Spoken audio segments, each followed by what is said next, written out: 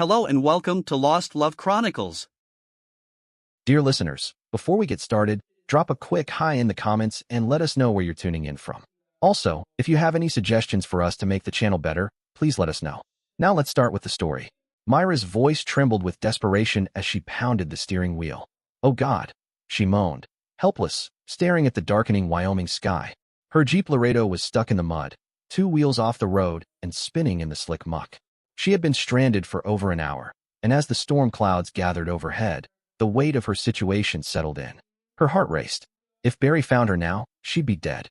He had promised her that the next time she tried to leave, she wouldn't survive. He was crazy and a cop. He had boasted of the lives he'd taken and how he'd always gotten away with it. One look into his cold eyes, and she knew he was a killer. Myra had been alone ever since her father passed. The day of the funeral, Barry had shown up, pretending to be a business associate. A week later, he knocked on her door, his face twisted in a hard, unsettling grin. "Remember me?" he asked. Fear tightened her chest as he barged in, knocking her to the floor. "Don't ever doubt me," he spat, dragging her to her feet with a vice-like grip. From that moment on, he controlled every part of her life. The abuse started immediately, first physical, then financial. The next day, he emptied her bank account and shredded her credit cards, leaving only a hidden savings account untouched. Myra tried to escape once, but Barry tracked her down, humiliating her in front of strangers before dragging her back home. "Try it again," he sneered, "and I'll make you beg for mercy." His words were laced with a terrifying certainty. For 6 months, Myra endured the torment. Barry showed no hint of humanity, only cruelty and a thirst for control. Then, one evening, her chance arrived. The doorbell rang, and 2 FBI agents stood on the other side. Barry immediately tried to shut the door on them, but one agent blocked it. "Barry Schultz, we have a warrant for your arrest," the agent said. Barry didn't hesitate. He tossed one agent aside and aimed to kill the other.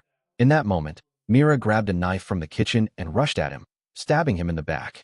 He spun around, enraged, aiming the gun at her. Myra closed her eyes, bracing for the end.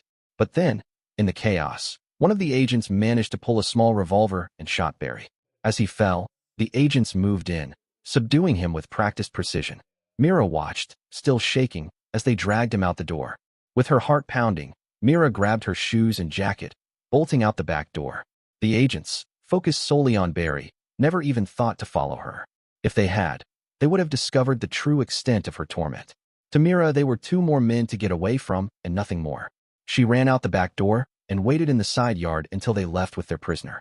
As soon as the FBI agents drove away with their unconscious trophy, she went back inside the house, changed clothes and packed as fast as she could. She carried her 2 packed suitcases to the older-than-she-old Jeep Laredo. Myra whimpered her fear as she made one last trip into the house to remove a small metal box from its hiding place in the attic. Barry had not found the box that held her father's most important papers. In his arrogance, he was positive Myra would never dare to hide anything from him after the initial beatings. She turned off all the lights, carefully locked the house, and drove away. Her destination was a ranch somewhere near the small town of Walden, Colorado. After a week of erratic driving and losing her way, she found herself stuck in the mud on a paved road between Laramie, Wyoming, and Walden, a tiny town barely more than a dot on the map. When she heard a knock on the side window, panic surged through her, and she collapsed in the seat, huddling in fear. "Please, don't hurt me," she cried. The driver's side door swung open. "Nobody's gonna hurt you, ma'am. Not right here, anyway," he said with a calm, controlled voice. "I was gonna ask if you were okay, but judging by your reaction, I can see that's probably not the case." He sniffed the air inside the car. "You've been drinking or using something you shouldn't. Please step out of the car." He took a few steps back, keeping his hand on his sidearm, a businesslike Colt automatic. She slid out of the car and stood quiet with her head down as she waited for the next order. "Let's see your driver's license." She nodded toward the front seat. "It's in the car." Her haunted eyes and beaten attitude made him suspicious. "Get it," he ordered, and moved slow. "Here," she said and handed him the requested license. "The registration is on the sun visor." He waved her away. The radio in the prowl car squawked. He backed away from her toward his car. "This is car 29er, dispatch. What do you have on the 1985 Jeep Laredo I called in earlier?" "All clear, no wants." New York registration matches vehicle description.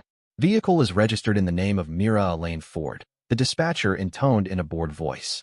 He listened to the droning recital while he kept a close watch on Myra. "Thanks, dispatch, out." He hung the mic on the dash. "You check out okay. but there's something about you has my suspicion meter up and running. Who you on the run from? He could almost smell her fear.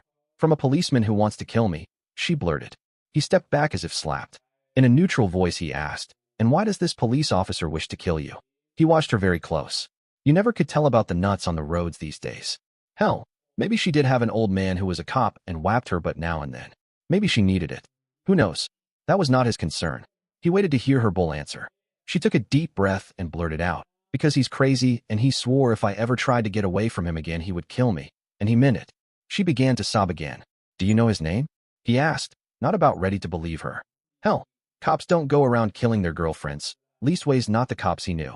Police Sergeant Barry Schultz of the New York City Police Department, assigned to a narcotics task force before the FBI arrested him.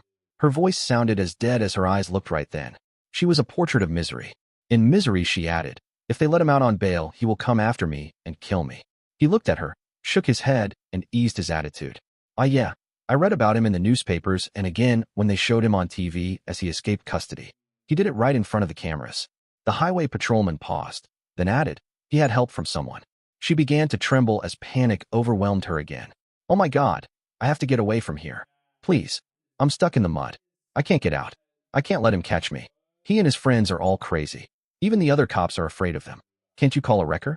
Why don't you drive out? He asked her. Didn't she know anything? I can't, she answered in a forlorn voice. My wheels just spin when I try to drive back up onto the road. He shook his head in wonder at how stupid some people were. Why did he get the dumb ones? And she wasn't even blonde. Is your four-wheel drive broke? I don't know. She answered helpless. I never used it before. He took a deep breath and asked, do you know how to engage the front wheels? No, she said in a small voice. I'll do it for you. Please step aside. He turned the locking hubs on the front wheels, got in behind the steering wheel, and put the little Jeep in gear. He eased the Laredo forward 10 feet and stopped. He got back out and held the door for her. Thank you, she told him fervently as she got in and closed the door. She rolled down the window. Thank you again. I better warn you, there's a snow advisory out for tonight. We have been getting some real freaky weather up here between Woods Landing and across the state line as far east as Steamboat. You better get to a hotel and wait out the storm we have coming in. He hesitated a moment, then continued. Do you have much further to travel this evening? I notice you don't have much experience driving in the mountains. He smiled to reassure her he was interested in her welfare. In reality, he did not care what happened to her, so long as it was far away from him, preferably in another state. I hope I'm almost there. My destination is called the Old Weber Ranch, just past Walden, a short distance. Well, don't you let me hold you up. You have a safe drive, ma'am. He smiled again and watched as she drove back onto the pavement and continued toward the town of Walden, Colorado. 2 days later, blinded by the snow, her gas tank almost empty, the old, powder blue Laredo drifted off the road and down a steep hill. The first bump jolted Mira awake. Dazed and confused, she grabbed the steering wheel tight in both hands and looked in horror at the empty whiteness that covered everything in front of her. Then the car slammed to a stop against something. Mira was knocked unconscious. The wind outside the small Jeep howled and blew the loose snow around. Then it died down and all was quiet. 2 days earlier, Jonas Morgan felt the first snowflakes touch his face and melt. He had smelled the snow in the air last night, just before he went to bed. The morning air tasted of snow when he rolled out of bed at 4:30, and now the promised snow had arrived. He smiled to himself as he walked toward the barn. Snowflakes touching a man's face seemed a personal thing to be enjoyed alone. He snorted as he thought of the looks he would get if he walked into the Buckhorn Bar and announced, I love to feel snowflakes on my face. No, there were some thoughts best not shared with other men, not in cowboy country anyway. In the pre-dawn dark, it was difficult to see more than vague shadows once he left the house. He walked the short distance from the ranch house to the barn to milk the 8 cows waiting outside for him to let them in. This mini dairy operation he ran on the side brought him a small but steady supply of much-needed cash. As he walked toward the cattle barn, false dawn gleamed faint red for a moment, showing faint streaks over the mountains to the east. It cast dim rose-colored reflections of light in the snow not quite bright enough to see by. Then it disappeared again and left the world in shadows and darkness. The cold wind made his face feel stiff. He was long used to the sensation. It was like an old acquaintance he became accustomed to over the years and didn't pay attention to anymore. He opened the rear barn doors to let the milk cows inside. As they crowded and shoved at each other to enter their assigned stalls, he portioned out the large hand scoop of grain into each cow's feed box. Then, when the cows stuck their heads through the stanchions to eat, he locked them in tight. Damn, he muttered to himself as he did every milking. I need to get me a hired hand to help out around here. This old stuff is getting to be way too much for me. He let out a tired sigh, grabbed one of the waiting milk buckets and a milking stool to begin his twice-daily milking chore. A short hour later, the cows were released to return to the meadow behind the barn, while Jonas continued to complete his first chores of the day. He poured the fresh milk into the separator in the milk room, turned it on, and added more as the level in the bowl lowered. As the last few drops left the spout, he carried the cream to the cool room. He took a portion of the skim milk to the 350 chickens in the hen house. The half-dozen hogs he raised got the rest, mixed with commercial hog feed. Nothing was wasted. Jonas scalded the now empty milk buckets and hung them on pegs for the next milking in the evening. "Well, damn," he exclaimed as he walked out of the barn and into what seemed like a solid wall of falling snow. With an unerring sense of direction, he turned a sharp 60 degrees as he left the barn door and headed toward the house. If the wind had started to shift around, he would have been in trouble. A shifting wind blew falling snow in ever-changing directions and confused a person's sense of direction when caught out in it. If it had happened this time, Jonas would have had the choice to wait the storm out in the barn or use an anchor rope to get to the house. Once up on the front porch of the small ranch house, he stomped the snow off his boots and opened the outside door to the enclosed entryway. He hung his heavy sheepskin jacket on a peg by the door and went on into the house proper. Out of habit, he turned on the television as he made his way to the kitchen. He placed a heavy cast-iron griddle on the propane gas range and lit the burner beneath it. Jonas began preparing his first meal of the day, each motion fluid and efficient.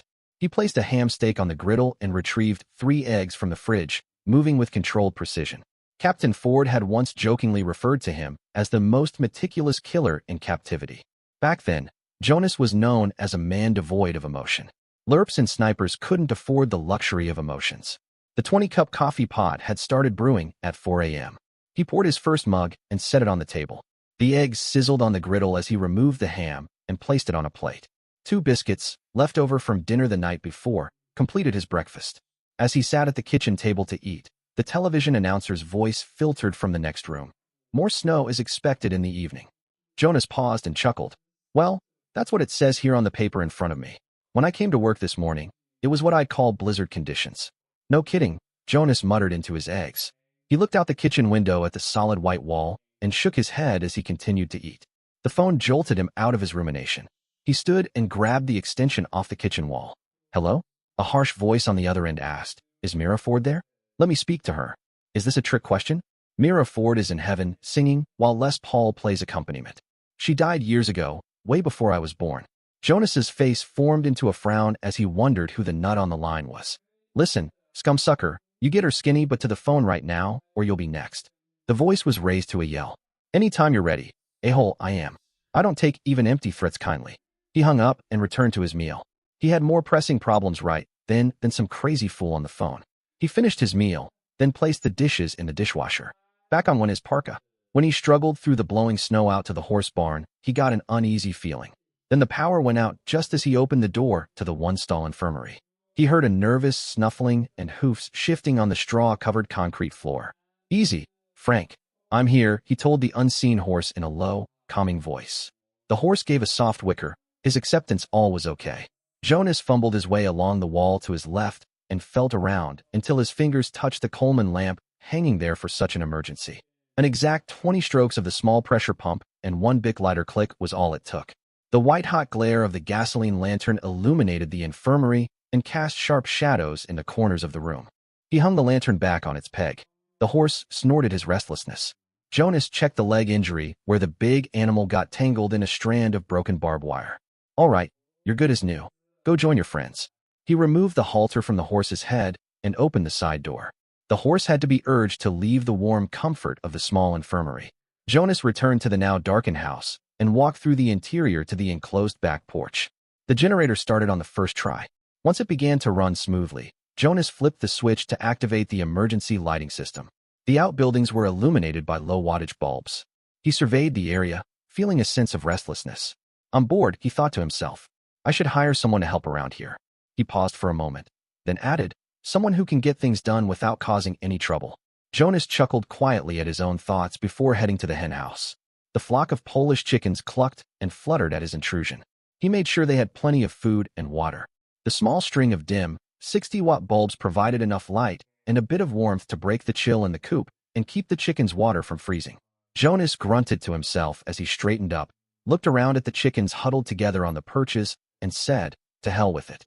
He hurried into the milk room in the barn, grabbed up a small bucket of skim milk, and returned to the chicken house. He poured it into a waiting dispenser and barred the door behind him as he left. Jonas strode toward the machinery shed, went inside, and dragged his big snowmobile back out. He pointed it toward Walden and started the engine. He let the engine warm up for 1 minute, then hopped on. He rode up the hill cross-country to the road, turned left, and followed alongside it toward Walden. Jonas stayed in the bar pit, even though the snow on the road was more than deep enough to drive on. He figured there was always a chance of some idiot to come blasting down the road, drunk or stoned on his way to Steamboat Springs. A minute later, Jonas's precaution proved itself to be a good one.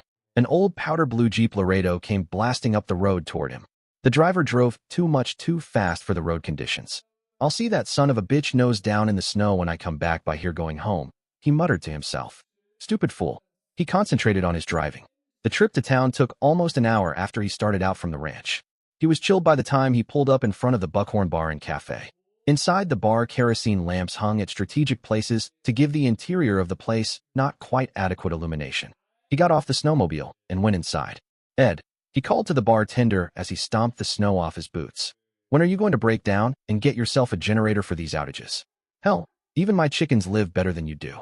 If I owned a big ranch like you instead of this little outhouse of a bar, I'd buy 2 damn generators," he answered in a gruff voice as he shoved a glass of beer in front of Jonas when he sat down. "What brings you into town in the middle of the week?" Ed looked more like an actor playing the part of an old-time cowboy bartender than the actual owner of the place. 5 feet 10 inches tall, the bald man with the drooping handlebar mustache was perfect to play the role of an authentic-looking cowboy-type bartender in any Western movie. After a stint in Bosnia, shooting at whomever he thought might shoot at him, he came to Walden and bought out the bar. Within a year, it seemed to the locals he had always lived there. "I'm bored. I got cabin fever.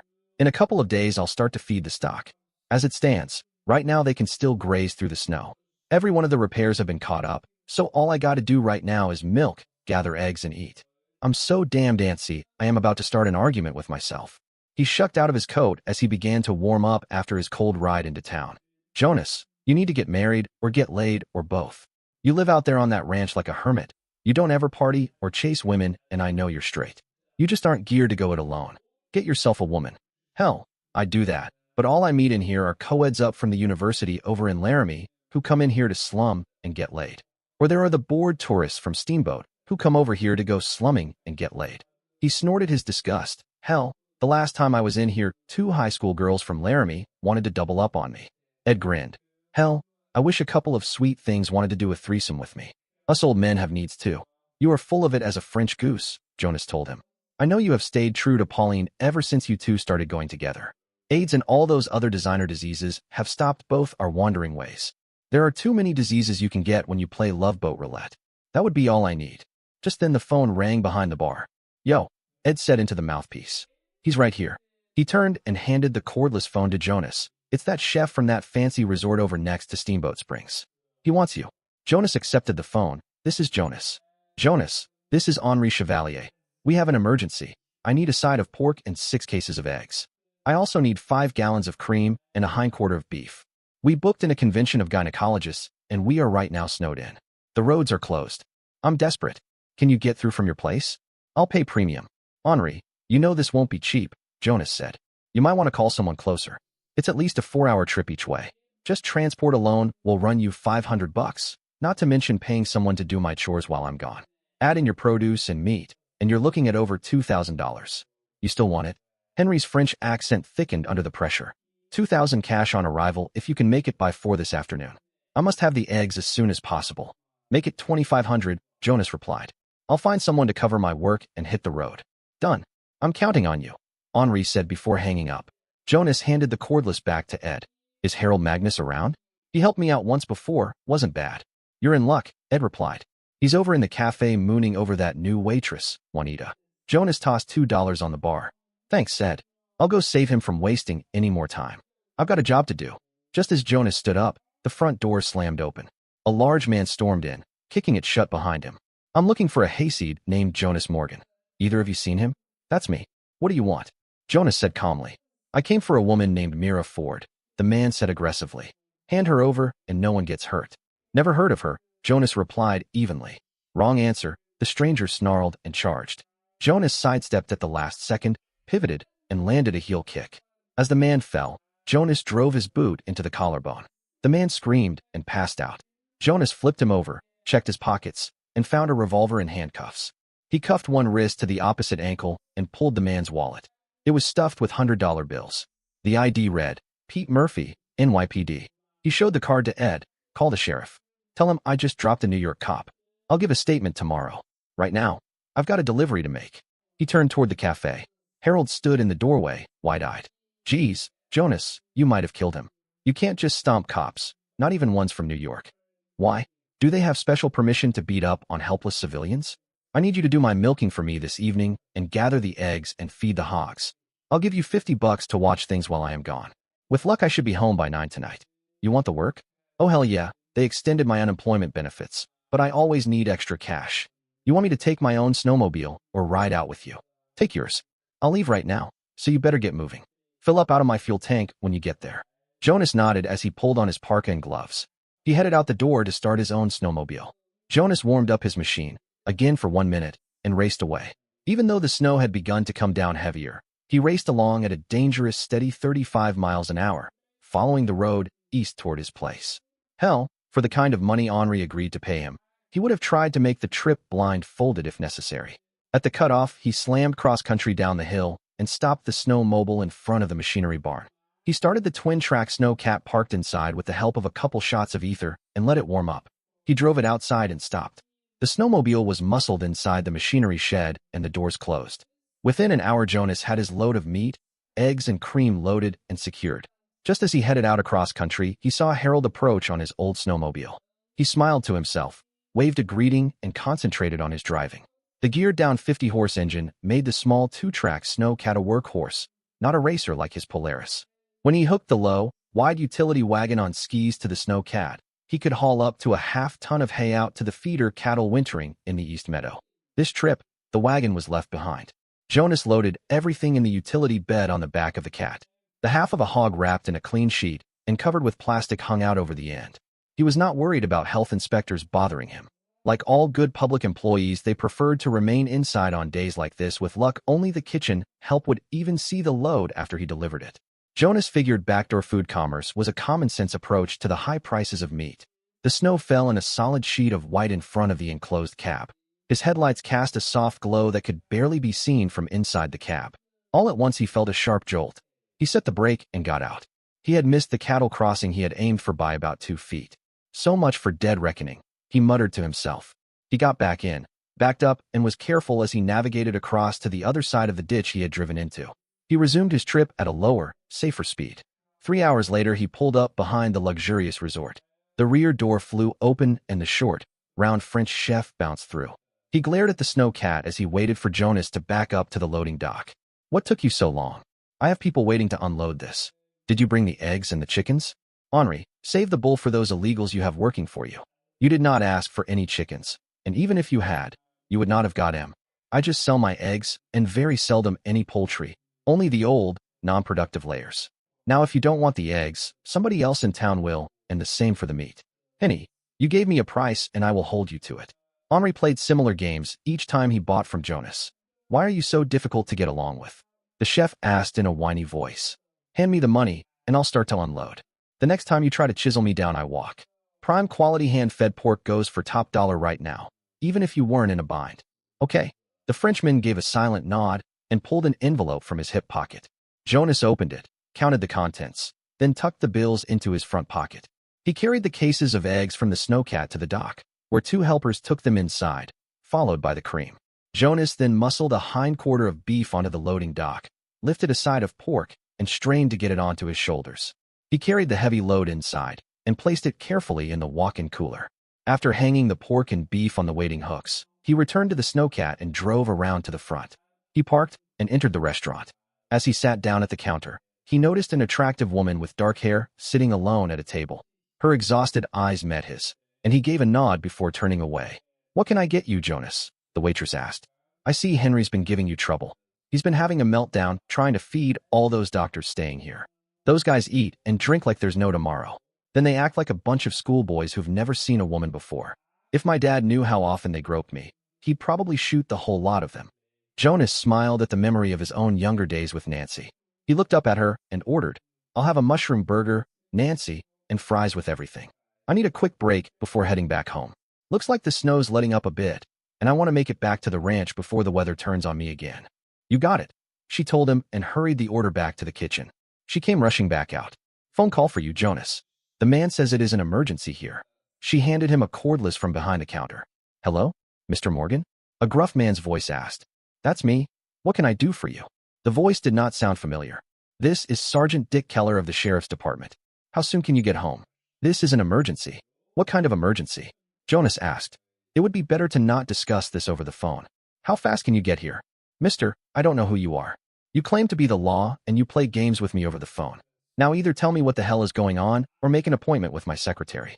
"You don't have a secretary and there is a dead body in your cow barn," the voice said. Its harshness grated on Jonas. Jonas's heart went thud. A knife pierced his guts. "Oh hell, I'll be there in 3 or 4 hours, depending on the snow," he said. "Make it fast," the grim voice told him.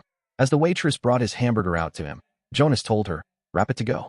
Give me one of those quart coffee jugs you pack for outings. I have to get my butt in gear and head back right now. I got an emergency." She nodded. Scant minutes later, Jonas was back inside the snowcat and toward home with the throttle wide open.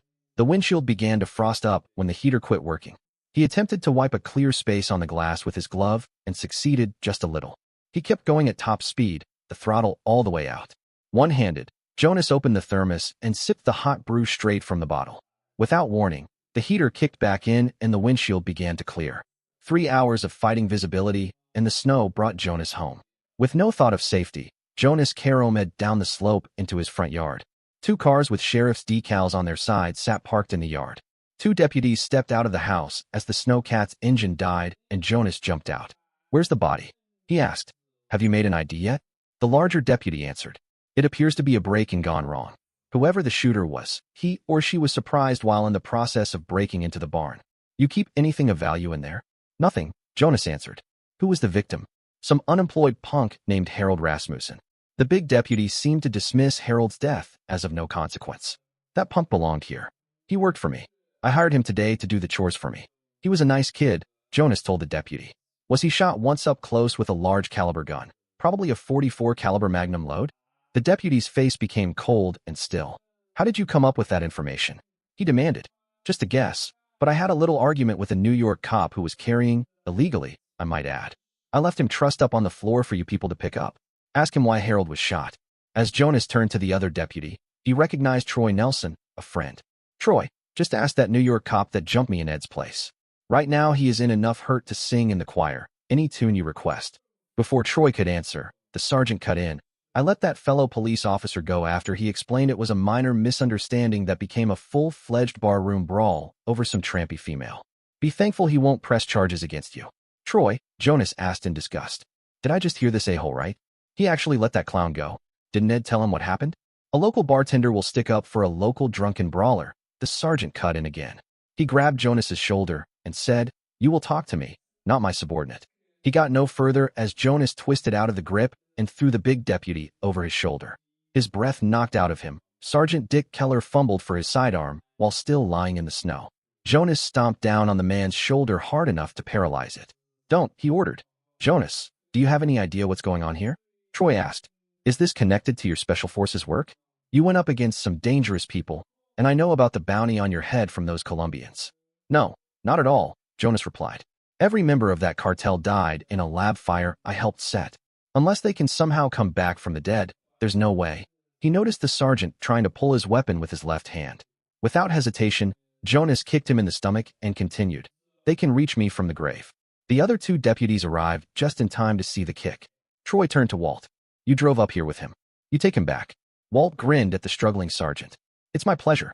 You've just met a man who doesn't care about your nonsense, Sergeant."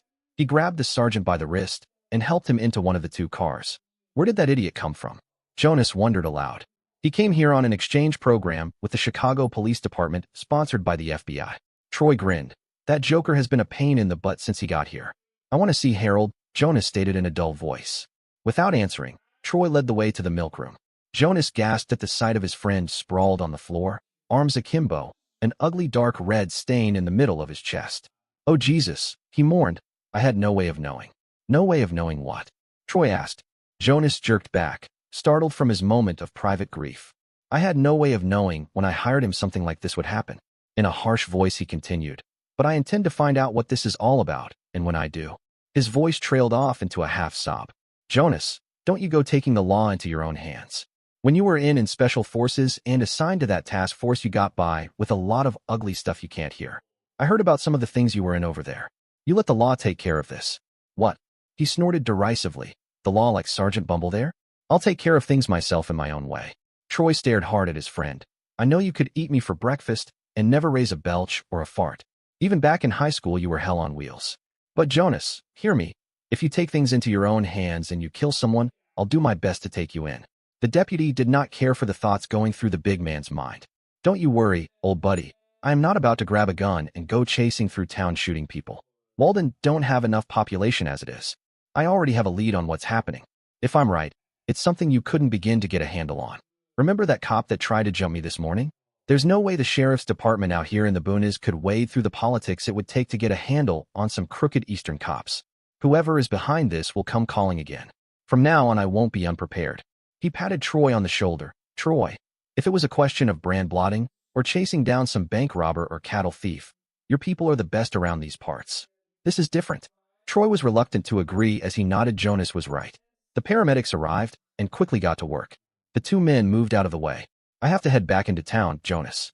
But please think long and hard before you go do something too extreme." Jonas nodded once and went into the house. After they left, he went through the motions of completing the undone chores.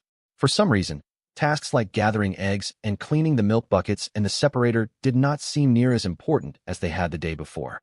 He felt numb and weighed down as he went into the house and sat in the front room. He turned on the television and sat and stared at it. 2 hours later, he went to bed. He had no idea what he had watched. Never had he felt so alone as he undressed, crawled under the covers, and tried to sleep. Finally, he dozed off. A whisper of noise from the front room woke him, a faint but discernible shuffling whisper of sound. Jonas went from sleep to full alert in a split second. Then he heard the scuffling noise of someone or something trying to move in silence through the front room. Noiseless as a shadow, Jonas eased out of bed, silently slipped the 9mm automatic out of the nightstand drawer, and moved over to the door. As he shouted, "Die!" he fired one shot into the heavy stone fireplace, dropped, and rolled to his left. There was an immediate answering flurry of 3 shots, just as he expected. He sighted in on the flashes, pointed his gun slightly higher, and fired once. He heard a gurgling moan, then nothing. He waited 5 minutes before he quietly eased through the bedroom door. He flipped the light switch and jumped to one side, in one continuous movement. His precautions were unnecessary. The intruder lay sprawled in the middle of the floor. He was dead, eyes closed, unmoving. Jonas walked over to the wall phone, dialed 911, and waited. As soon as the operator came on, he said, "Give me the sheriff's office. There's been a shooting." She informed him, "The sheriff's office is closed. All calls are being taken by Sergeant Dick Keller. Wait while I transfer you." "What?" a muffled voice asked. "Keller, this is Jonas Morgan. I just shot someone, and I figure you had better bring a real lawman with you and get your butt out here. Send the paramedics to haul off the body. You're mine now." Keller gloated into the phone. Jonas hung up without answering. He sat down in his recliner and rested as he waited for the law to arrive. The corpse across the room lay in a crumpled sprawl. An hour after he hung up the phone, the back door crashed open. His arm in a sling, Sergeant Dick Keller ran through the kitchen and ended up in the living room with Jonas's 9mm shoved in his mouth as he came into the room. "Jonas, don't!" Troy yelled from the front door. "Why shouldn't I kill this bag of garbage?" He shoved the gun barrel harder into Keller's mouth. Blood trickled down the big cop's chin. He moaned a keening wail of pure terror. "Jonas, if you shoot him, I'll shoot you. I'll shoot to kill, man. I have no choice." Troy's ragged voice betrayed his stress. "Please, Jonas, I'm asking you. I never killed anyone before, and I don't want you to be my first one." "Well, Troy, this is your lucky day, because I'm not going to shoot this son of a bitch. I'm going to geld him. We have enough bad stuff in the gene pool. I think I'll just cut his balls of and send him out to pasture with the other steers." As Jonas pulled the gun away from his mouth, a glob of bloody drool and 2 front teeth poured down his chin. "No, please." Keller whimpered. "Please don't. I'm begging you, please." He began to sob. "Do you have your own car here?" Troy relaxed as he heard his friend's question. He knew what would come next. "Yef," Keller answered eagerly through his ruined lips. At the hotel, you get in your patrol car and head straight to the hotel. Pack your bags, get in your own vehicle, and get out of Jackson County for good. In fact, leave Colorado altogether. And hear me clearly. If you even think about causing trouble for me or my people, I will end you. He paused, then added coldly, now thank Troy for stopping me from doing something permanent, and get out of here. Keller turned to leave. Wait, Jonas snapped. You forgot to thank Troy for saving your life. A mumbled, barely audible thank you came from Dick Keller's mouth as he turned and fled the house. Jonas followed him to the back door, forced it shut despite the busted latch, bolted it, and returned to the front room. Would you put some clothes on? Troy said, exhaling. I'm just glad I didn't have to shoot anyone today. Also, how am I getting home? You let Keller take the snowcat, that's mine. Take my Polaris and bring it back tomorrow, Jonas replied, heading to the bedroom to pull on a clean pair of jeans. He came back out barefoot. I wanted to ask you a few things without that full listening in. First, how long has he been working with you all? I'm trying to figure out if he's genuinely clueless or putting on a show. Troy snorted. That's no act. Believe me, he's the real deal, unfortunately. The whole transfer started back in July. Sheriff Walt tried to block it, but the county supervisors insisted. They thought we needed some big city training, and Keller was their solution. Walt kept him tied up in the office or writing speeding tickets near Rand. Then Walt and 2 deputies got sick with the flu. The county, in all its wisdom, made Keller acting sheriff until Walt recovered. Jonas nodded slowly. So he's not entirely to blame. Still, he has a talent for showing up at the worst times. Tell me, do you have any idea what this mess is really about? Troy shook his head. This has to come from your past. There's nothing around here worth this level of chaos. So let me ask, who do you know from New York that might see you as a threat, or think you're hiding something worth killing for? Nobody. It seems to have something to do with a woman named Mira something or other. I think he said Ford, but I'm not too sure. He paused in thought, then remembered. Yeah, that was the name that cop used I got in the fight with over at Ed's. Mira Ford, he called her. That name mean anything to you? Doesn't ring any bells with me. Maybe he thinks you are someone else. You know of any other Jonas Morgans? Nope, nary a one. I'm going to bed. You can either sleep on the couch, and I'll take you home in the morning, or you can take my snowmobile, and you can bring it back tomorrow. I'd let you take the cat, but I have to check on the stock in the morning. My old lady likes me home in bed with her at night. I'll take the snowmobile. She gets suspicious when I'm not. The deputy zipped up his parka and pulled the hood down over his head. He nodded once and left by the front door. Jonas carefully placed another oak log on the fire, adjusted the damper on the fireplace, and sat down on the couch again. His legs stuck out in front of him. He sighed and went to sleep. Jonas woke up the next morning at 4:30 as usual, still groggy from lack of sleep. He had to force himself to roll off the couch and get ready to face the new day. He slipped out of his jeans on the way to the bathroom. Still half asleep, Jonas took his morning leak and stepped into the shower. The icy needles of water sprayed over him and shocked him into a state of almost wakefulness. He dried off and got dressed in thermal underwear and loose-fitting jeans. He slipped on his parka and zipped up. Still half asleep, each movement was automatic. The wind had risen during the night and blew the loose-packed snow, seeming in all directions at once. To Jonas, it appeared the world was filled with a solid white blanket that shifted constantly. He could see the outlines of his boots as dim shadows through the roiling whiteness. Jonas grabbed a coil of light cotton rope off a peg by the door and tied one end to a post on the front porch. He tied the other end around his waist and played it out bit at a time until he came to the end. He had missed the horse barn on his first try. Slowly, he went right 3 paces and then left 6 paces. He came back to begin 9 paces to the right, keeping the rope taut. On the 8th pace back to the right, he ran into the corner of the horse barn. He inched his way to the side door and tied off the rope to the bullnose clip screwed into the door frame. He sighed his mild relief and threw the light switch on. The dim light bulb powered by his emergency generator began to glow. He cut through the horse barn into the dairy barn. As he left the horse barn, he turned the light off. Jonas opened the rear barn doors and stepped back as the milk cows shoved at everything in their way as they hurried to their personal stalls. As he had done countless times before, he rationed out their grain and began to milk the small dairy herd. Jonas wasted no time as he carried the buckets of milk into the milk room, then came back and forked hay down into the manger. Ladies, you may stay inside today, he told them. Jonas opened the stanchions and left the door to the pasture open so they could have access to the snow when they were thirsty. He took his time as he tended to the rest of his chores. Jonas fed the hogs last of all. Then he retraced his steps and held onto the line stretched from the barn to the house. Everything was a confused mass of swirling whiteness. Jonas started breakfast and placed another log on the fire in the fireplace. Just as he sat down to drink his coffee and wait for the breakfast steak to cook, he felt, as well as heard a thump from the back porch that shook the whole house and rattled the dishes on the table. What the Christ now? He asked himself as he went to investigate. Jonas pulled back the deadbolt on the back door and opened it. He opened the door from the covered back porch to the outside and peered out. An old powder blue Jeep Laredo had climbed up the steps to the porch. Instead of the 3 steps to the ground, he saw the Jeep's hood. The Jeep seemed familiar. He approached the front of the old blue Jeep with caution. Through the streaked windshield, Jonas saw a woman slumped over the steering wheel. She appeared unconscious until she opened her eyes and looked straight at him. Although the howling wind drowned out her voice, he saw her lips form the words, "Please help me." He tried to muscle the car backwards in order to get at her. It wouldn't budge. He went back into the kitchen and closed the back door without relocking it.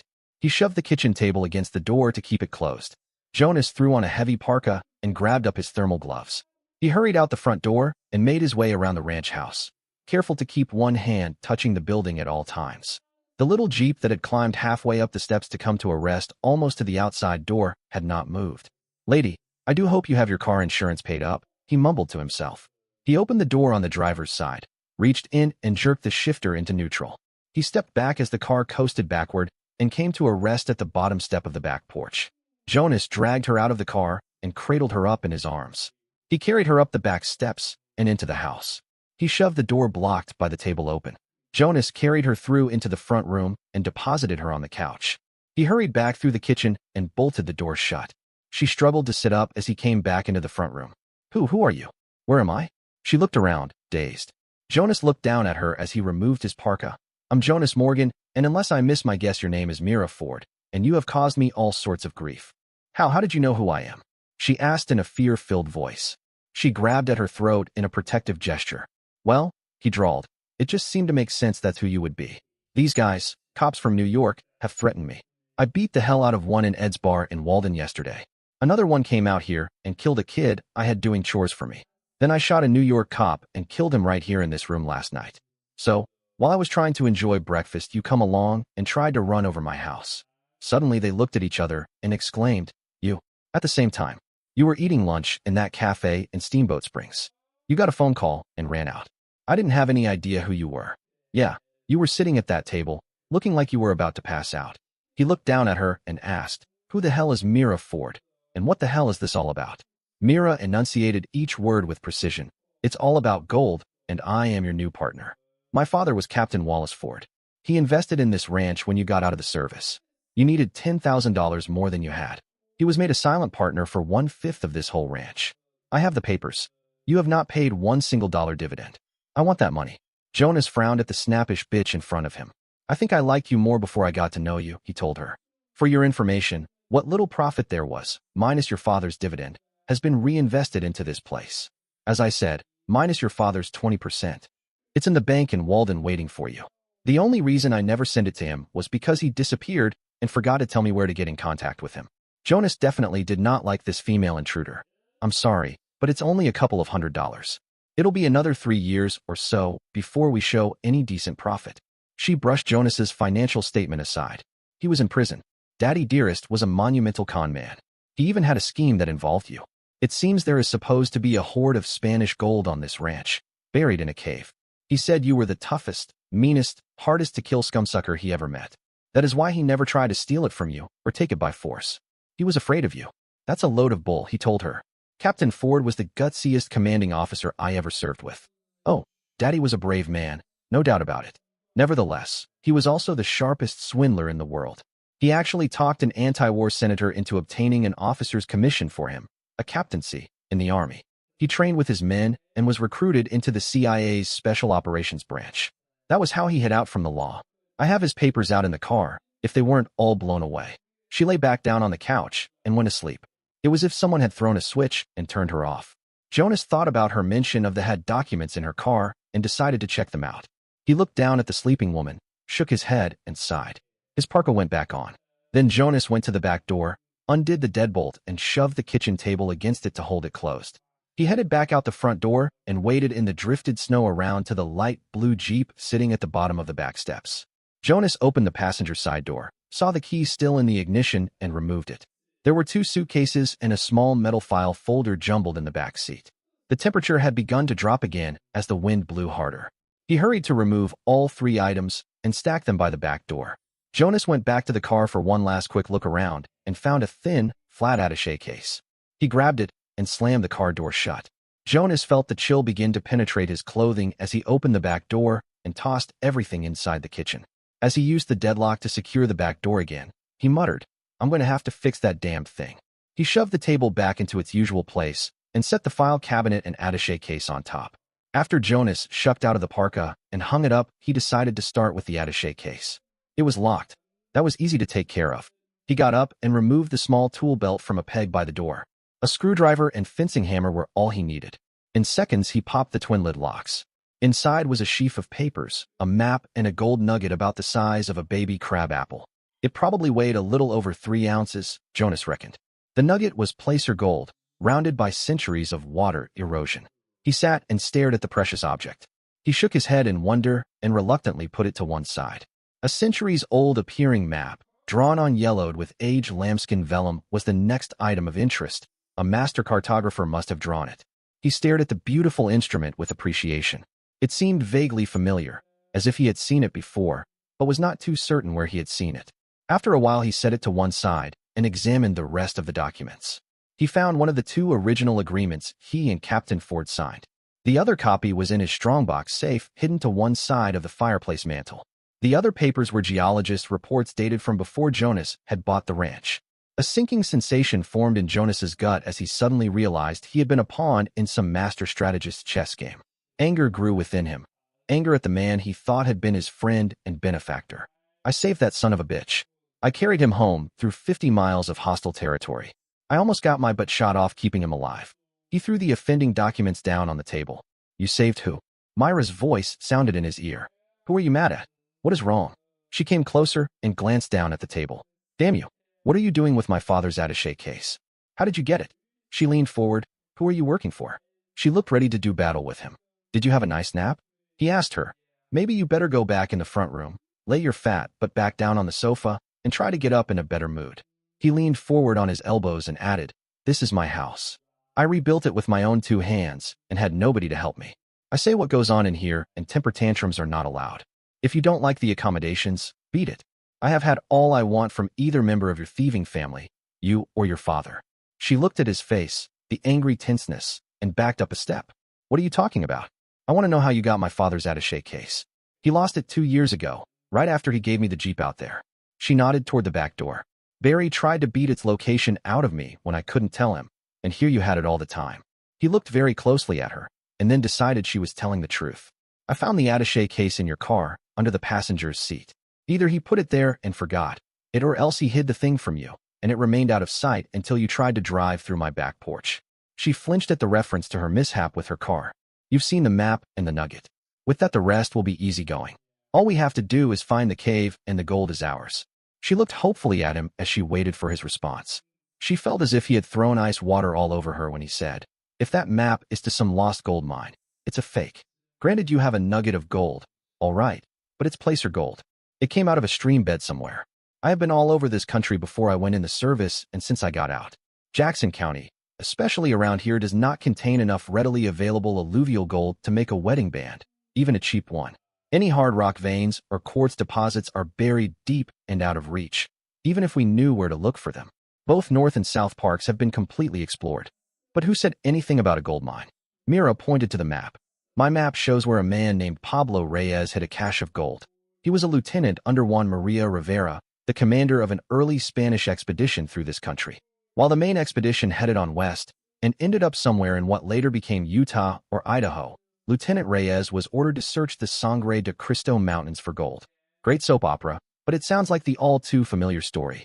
He smiled knowingly. "Let me guess. The rest of the tale goes, gold was found, Indians attacked, and the gold was hidden and the map drawn up and became lost. Suddenly, a couple of 100 years later, the map reappears. How am I doing?" "There is one other thing," she told him in a cold voice. "A dying soldier in your outfit gave the map to Daddy. He had no family. His last name was Reyes." Suddenly a picture formed in Jonas's mind. He remembered. "Armando Reyes," he said. He looked toward Maria again with less hostility. "I remember Reyes. He was a good guy, very quiet and private.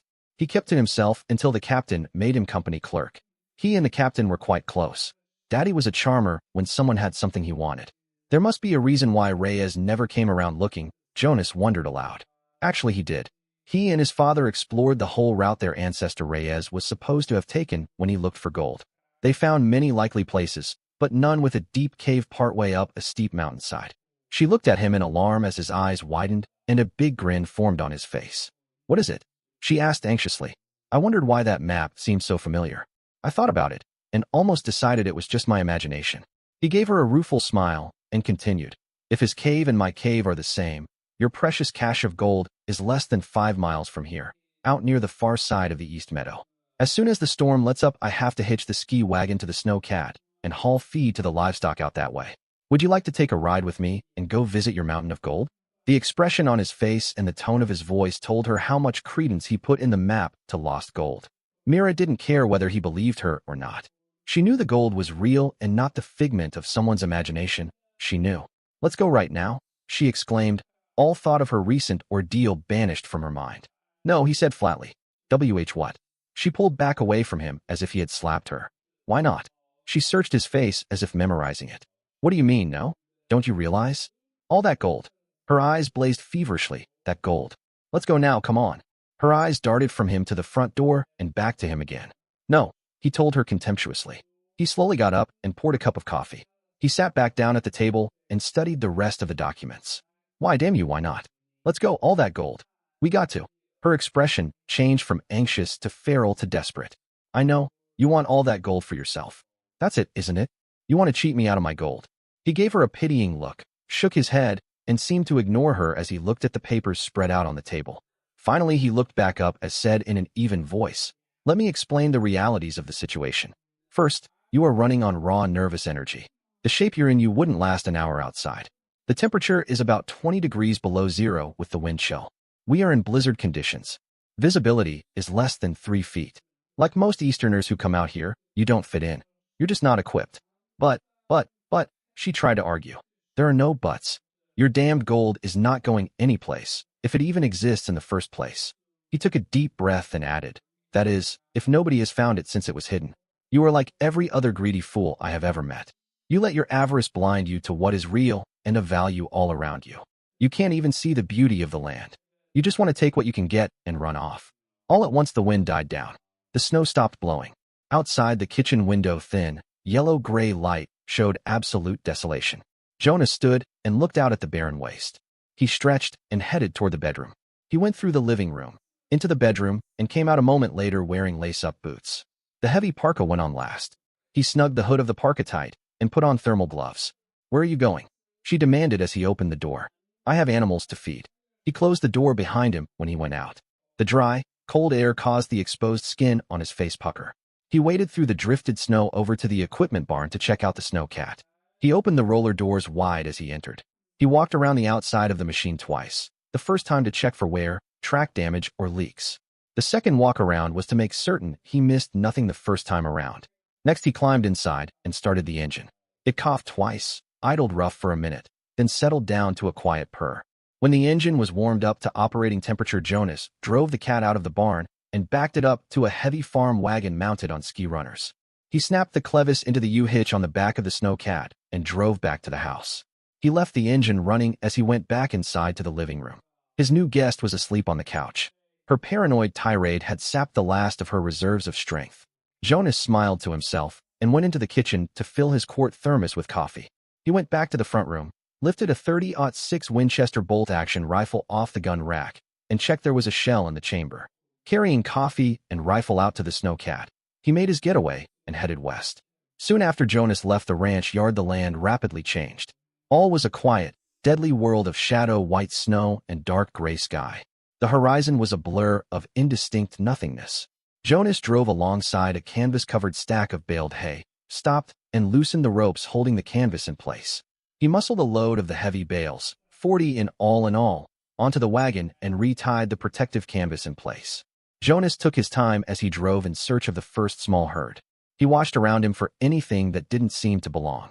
He found the cattle in a small draw huddled together. Half the load of hay was unloaded. The twine binders were cut and removed to permit the bales to break apart as the cattle ate from them. Jonas tossed the cut-binding twine into the cab of the snow cat as a safety measure. He searched for 2 hours before he found the second small herd. They had gone into a thicket of small pine trees for shelter. He dumped the rest of the feed in the snow and checked his fuel. He still had well over a half tank. He scouted out the terrain and found nothing amiss. The return trip to the house was a boring, uneventful ride. Definitely the best kind so far as Jonas was concerned. Jonas drove the wagon back into its place under the protective extended roof and unhooked the clevis. He refueled and drove the snow cat back to the barn. Just as Jonas closed the doors behind him, the wind came up again. Visibility dropped to inches as the soft powder snow swirled again into the air.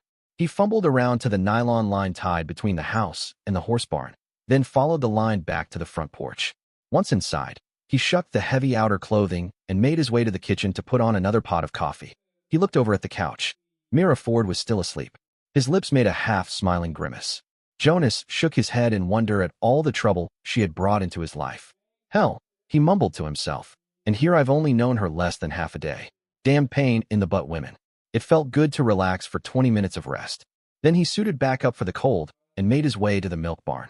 The milk cows were already waiting for him with heads through the stanchions. He locked the stanchions so the cattle could not walk away while he was milking them. He poured out the rations of grain and began the evening milking. Oh, for the life of a rollicking cowboy, he sang softly under his breath. I wonder what a cowboy does when he rollicks? He asked himself half aloud. Several mental pictures of a ridiculous nature chased through his mind. Damn, I'm growing crazier than ever from this weather. As soon as the milk was separated and fed to the chickens and hogs, Jonas gathered the eggs, stored them in the waiting egg cases, and then returned to the house.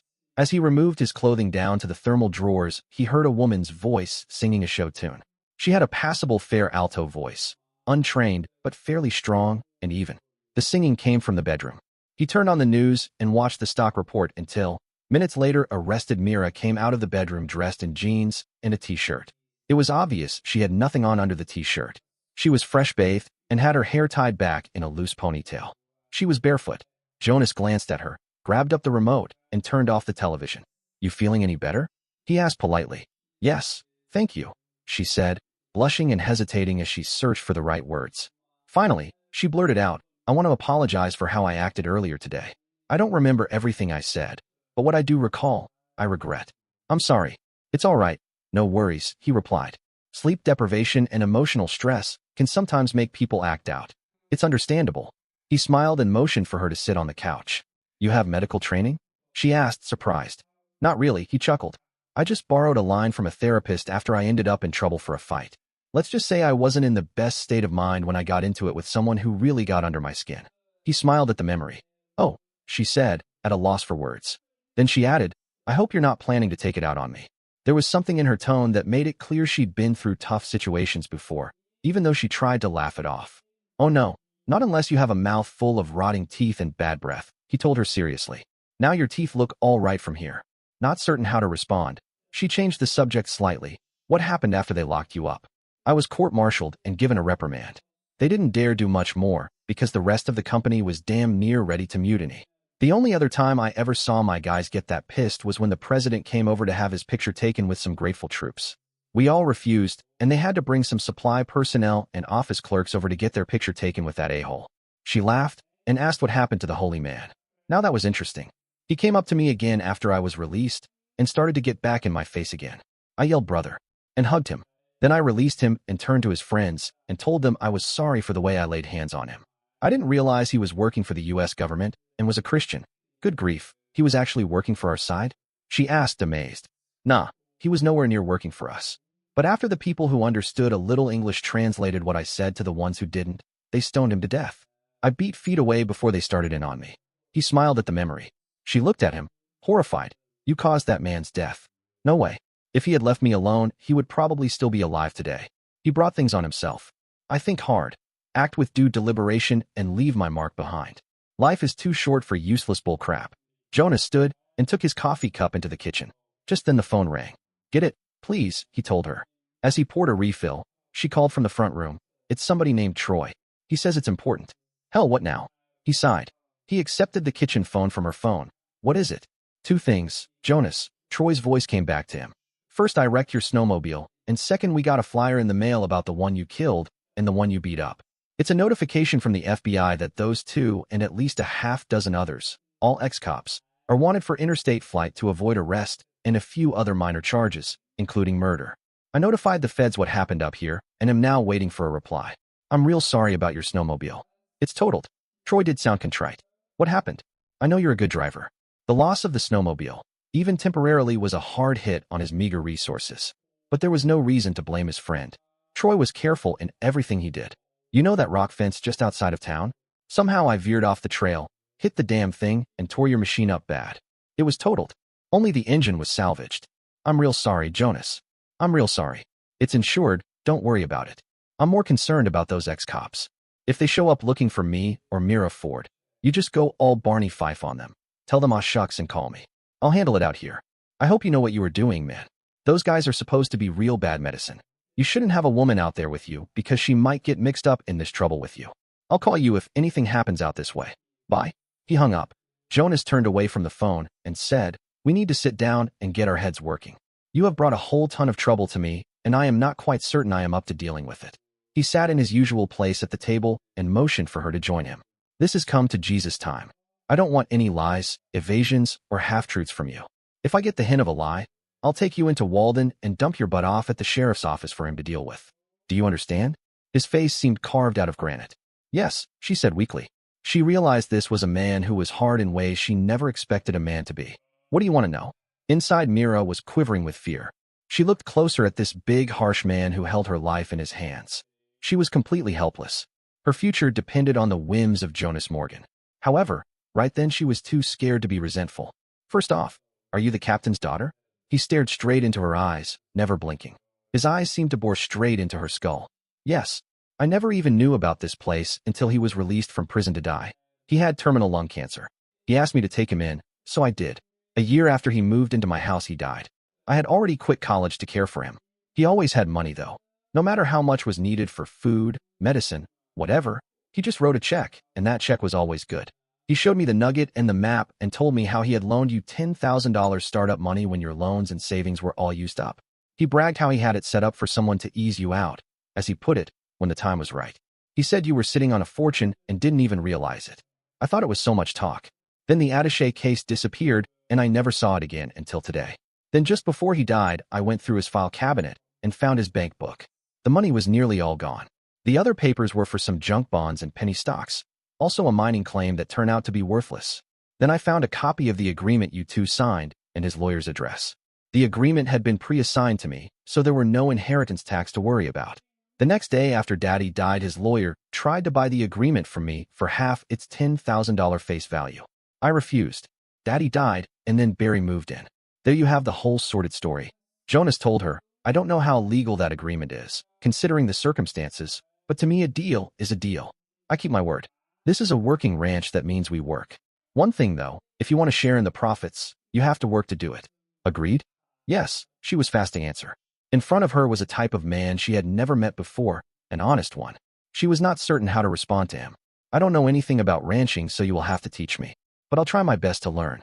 I do know how to ride horses, though. I had a boyfriend in high school who took me riding with him in Central Park every Sunday.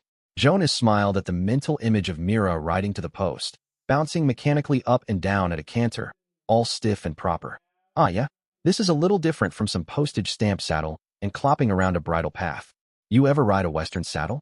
He worked hard to keep the smirk of his lips and did not quite succeed. Damn him. He just put her on the defensive. Mira swallowed her anger and answered, well, no, but I did canter and even galloped a few times. She hated the way he made her feel so inadequate. I'm sure you'll do fine, he told her in a kindly voice. Well, there is one thing. You don't have any bad habits to break. You heard me when I said I would do my best. She snapped at him. You had to learn at one time. She dared him to deny this. Look, I said you would do fine. Now get the chip off your shoulder, and let's see if we can get you outfitted for the cold. The people who owned this place before me left everything behind except the clothes on their backs. When they sold out, they both swore they would never need work clothes again. She was a little larger than you, but her stuff might work until we can go into town and get you outfitted all proper like. I laundered everything and boxed it up. He led the way into the bedroom closet, pulled out 2 boxes marked winter clothes, and placed them on the bed. I feel kind of funny pawing through another person's clothing, she told him, embarrassed. I mean, well, it's sort of personal. You have your choice, paw through, or freeze. I checked when I came back in from the chores. Right now it's 23 below outside with wind chill. You won't last long at that temperature without proper clothes to keep you warm. I'll bring those 2 suitcases in from your Jeep so you have underwear and whatever. As for the rest, you need warm clothing, and this is all there is. You are hand-me-downs or freeze. There is no room for squeamishness when you are a cattle rancher. He turned and left the room. His words echoed inside her after he left the room. Yes, that was what she was to become, a cattle rancher. She smiled a proud, self-conscious, foolish smile. Then Mira was scared again. The future suddenly seemed impossible. At first, all she had wanted to do was get as much money as she could from him and keep running as far away as she could from that insane Barry. The whole mess. She shook her head and concentrated on the clothes on the bed. A half hour later, Mira came out of the bedroom and smelled food cooking. The odor made her ravenous. His back turned to her. Jonas stood over the stove, still wearing only his thermal bottoms. She marveled at the sinewy way the muscles in his back rippled as he moved. There was not an ounce of fat on him anywhere. Then she saw the puckered dots of white scar tissue. Those were old bullet wounds. She was positive they were proof he had been shot.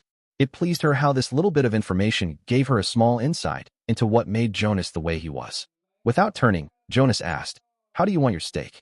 Groceries are a little on the low side, but we can tough it out. I prepared steak and rice, a side of green beans and potatoes. We'll have pan biscuits to top it off." He looked over his shoulder and smiled. "I made plenty." She gasped her surprise. It startled her, the way he heard her come up behind him. The man must have the ears of a wild animal, she thought to herself. She could not hear herself walk barefoot across the floor. As if he read her mind. He turned, smiled, and told her, "The air currents changed when you came through the door. Also, the sounds from the front room muted a little when you were between me and the fireplace." He has a nice smile. She tried to force the thought out of her mind. What is wrong with me? I doubt I will be able to eat much. I usually don't have a big appetite. She entered all the way into the kitchen and sat at the table. There were 2 large tumblers of milk already set out. "Here you go," Jonas told her as he turned away from the stove and placed a large platter in front of her. The thick T-bone steak lay in a bed of brown rice. The potato and bean dish was baby white potatoes and cut green beans, buried in cheese gravy of some sort. The large, fluffy biscuits would have done any pastry chef proud. She gasped, "Good Lord, there is enough there to feed 3 of me. There is no way I can eat even half that." He placed an identical platter on his side of the table and sat. "Dig in," he told her. "I bet you're hungrier than you think." He smiled, cut off a bite, and began to chew. Mira stared at the food heaped on her plate. "Oh no, I eat perhaps 4 ounces of animal flesh twice a week. I am not a big meat eater." She had what seemed to her to be the biggest steak in the world. At least it was the biggest she had ever seen. All that cholesterol and fat, all that bulk. She shook her head at the meat. "That's all right," he grinned. "I'll eat what you don't after I finish my platter off, if I'm still hungry." In a whiny, sing-song voice he told her, "Now eat your veggies." He turned all his attention to his food. She took a bite of the baby potatoes. A look of surprise came over her face. They were the best-tasting potatoes she ever had, and so were the beans. She swallowed, and took another and another until she was reduced to mopping the last of the cheese gravy with her biscuit. She was still hungry. Mira took an exploratory taste of the rice under the meat. "Delicious," she exclaimed and cut off a small bite of her steak. In minutes it was gone. "Oof," she grunted and slid her chair back. "I made a pig of myself," she exclaimed. She felt stuffed. He looked at her scraped clean platter and grinned. "It's the mountain air. You will find your country appetite is much bigger than your city one. You'll see." Ruefully, Mira looked down at her plate. "If I eat like this all the time, I'll weigh a ton in no time. Now you will understand why so many of the women who hang out at Ed's need 2 bar stools to sit on comfortably." He laughed again and began to load the dishwasher. He dropped in a pellet and started the cycle. As he returned to the table, he said, "Let's talk business." "About what?" "I don't know enough to contribute to the operating of this ranch. I don't even know how big it is." She looked puzzled. "This whole spread, the west half, covers 2,000 acres, almost to the inch. We own all the mineral, oil, and water rights. I capped off an artesian well that is nothing but pure glacier water, millions of years old. All the timber rights reverted to the deed before I bought this place. There is natural gas in commercial amounts, according to a survey Shell Exploration did 3 years ago." Jonas frowned at her. "I never got the cash together for the call note Captain Ford gave me. I guess the note is now yours free and clear. Your fifth of the ranch is potentially worth $250,000, perhaps a little more. Right now you could cash out at about $100,000 real easy if you talk to either the bank in Walden or Steamboat Springs. I hope you don't do that. These numbers you throw around like you're talking about jelly beans, are they for real?" It seemed so out of place, how this plainly dressed, rough-hewn man casually threw numbers at her she couldn't begin to comprehend when they applied to her.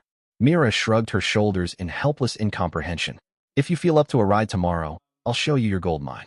He emphasized his reference to the supposed hidden gold cache. I'll also show you the real gold. I have to feed the stock in the southern and eastern pastures. You really love this country, don't you? She asked in a gentle voice. I watch your face when you talk about the mountains and even the chores.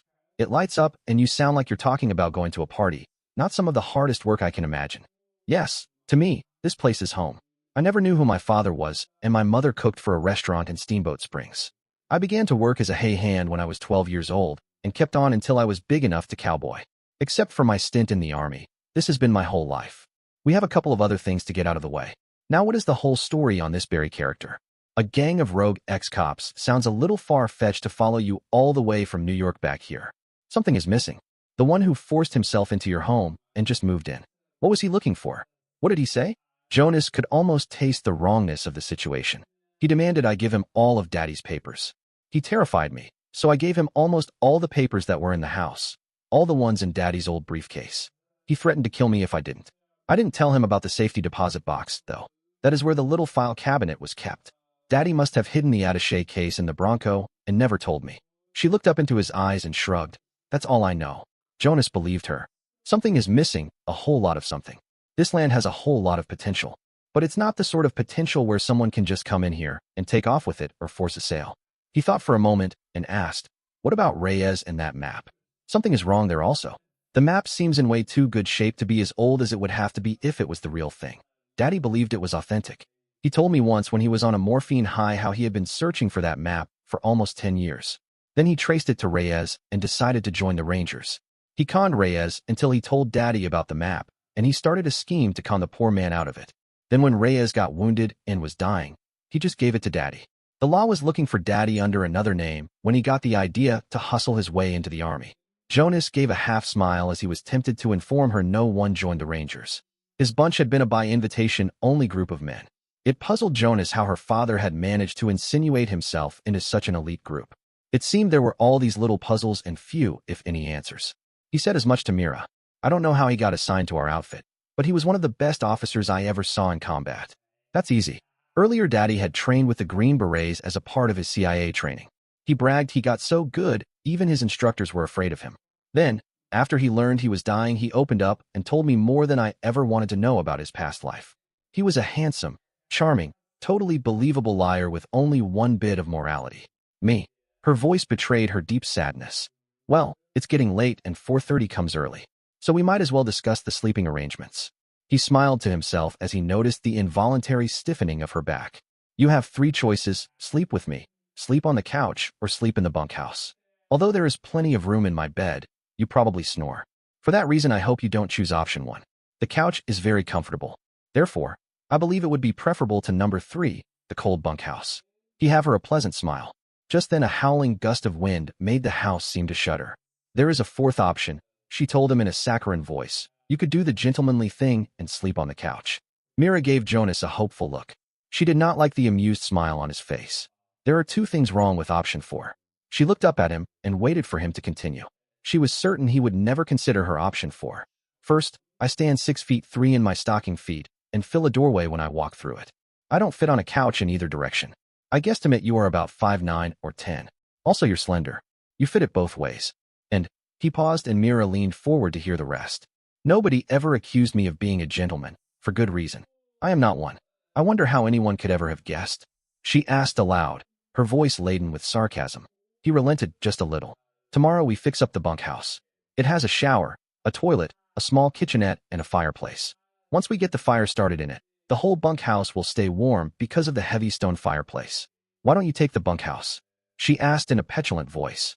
All humor was gone from his voice and face as he told her. Let's get this straight right now. I rebuilt this place almost from scratch. The people I bought the ranch from hadn't worked it much in 10 years. The outbuildings were in total disrepair. For 7 years I have run this as a one-man operation. I brought in the chickens. I traded for our breeder stock as baby calves and hand-fed them until they were weaned. I bought the original hogs at auction as weaners and raised them to maturity by hand. Everything on this ranch has my stamp on it. There is no way I step aside even an inch. not even for a bed. When you have worked 36 and 48 hours at a crack, resting only long enough to eat more speed to keep you awake and get back to work, then you'll know what I'm talking about. Couch or bunkhouse, your choice. She knew she just met the unmovable rock, who doubled as an unstoppable force. Couch tonight, bunkhouse tomorrow, she said in a weak voice. Good. Let's get the stuff you chose off my bed and turn in. As she carried the 2 armloads of clothes into the front room and dropped them on a chair, he folded the rest of the clothing up and returned it to the shelf in the closet. A half hour later, she lay on her back. No wonder Daddy said he was afraid of this man, she thought to herself. She closed her eyes and drifted off into a deep sleep on the surprisingly comfortable couch. She heard movement in the dark front room. She gasped as he said in a reassuring voice, "Time to get up. Chores and a mountain of gold are waiting for us." "It's the middle of the night," she complained. "It's still dark out." She grabbed the covers tightly around her neck, not realizing her panty-clad, but was bare to the world. Suddenly, she felt a hand smack her exposed anatomy. She shot straight up in the air and yowled like a cat. "Get dressed? We have milking to do and yesterday's eggs to gather. The stock has to be fed, and we need to get a load of hay in both the south and east pastures. Then we look for the doodle bug." She yelled at his retreating back, "Don't you ever lay hands on me like that, ever again. Damn you."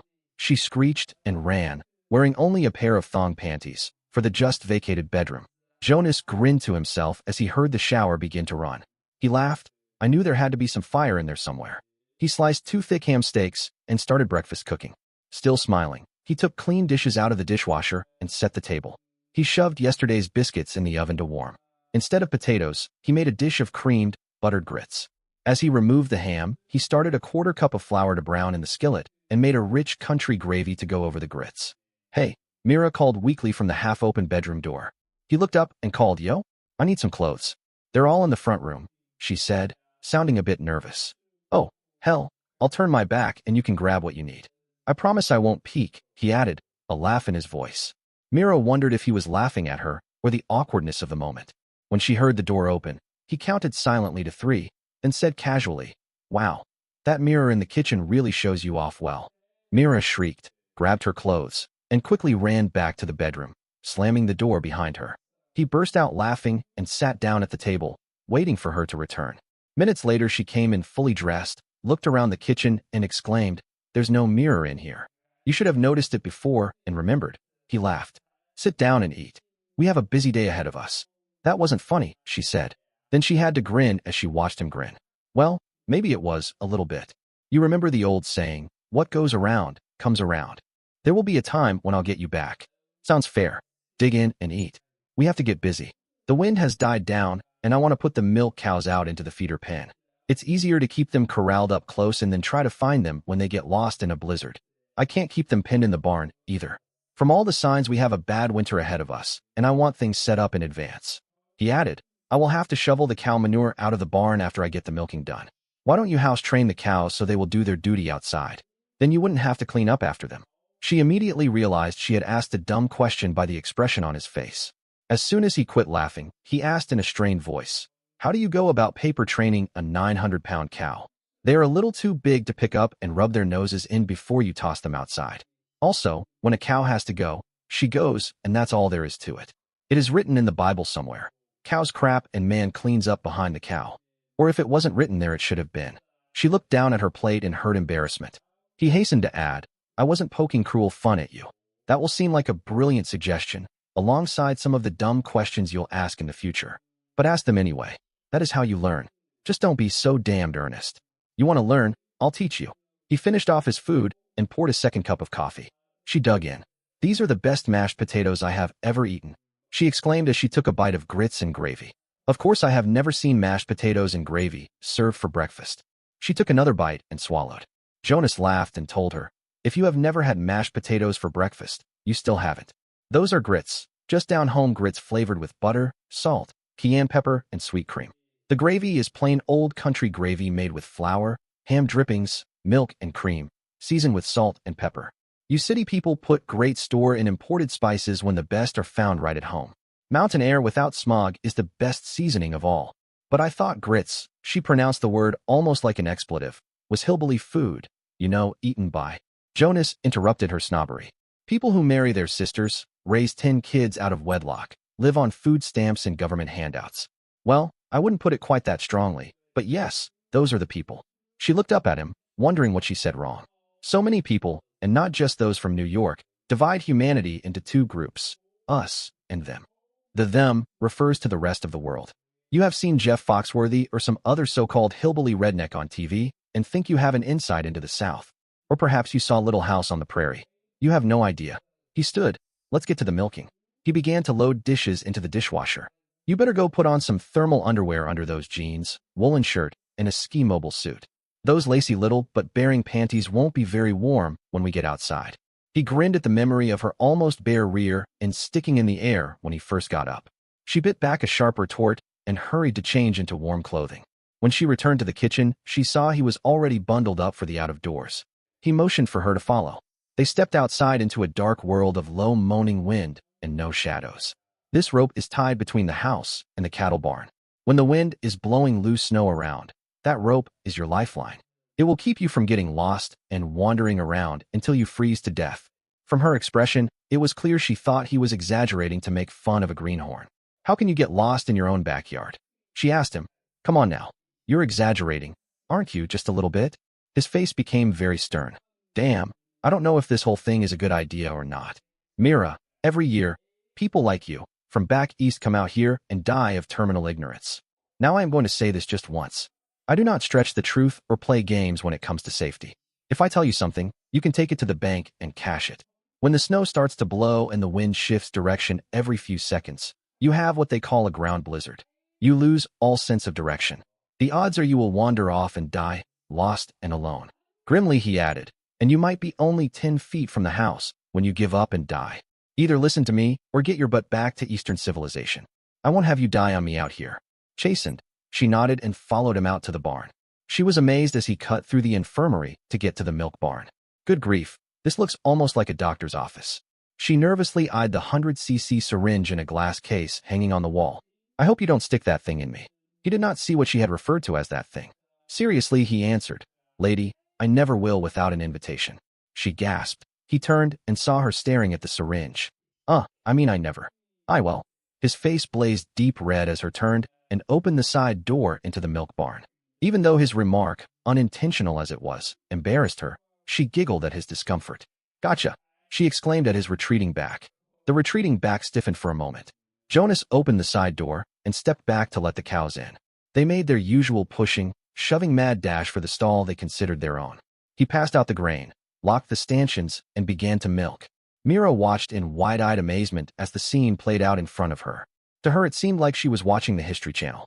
Jonas quickly filled one bucket after another with the froth-covered milk. He carried each bucket of milk into the milkroom and set it to one side. His movements were quick, sure, and steady, with no hesitation. As soon as the 8th cow was milked, he opened the stanchions and shooed the cows back outside into the feeder lot. He broke bales of hay loose and filled the troughs. Quickly he returned to the barn, grabbed up the last bucket of milk, and hurried in to start the separator. All during the milking process, he never said a word. Nervously, afraid he had been offended by her teasing, she asked in a small voice, Are you mad at me? No, he answered, surprised at the question. Why should I be mad at you?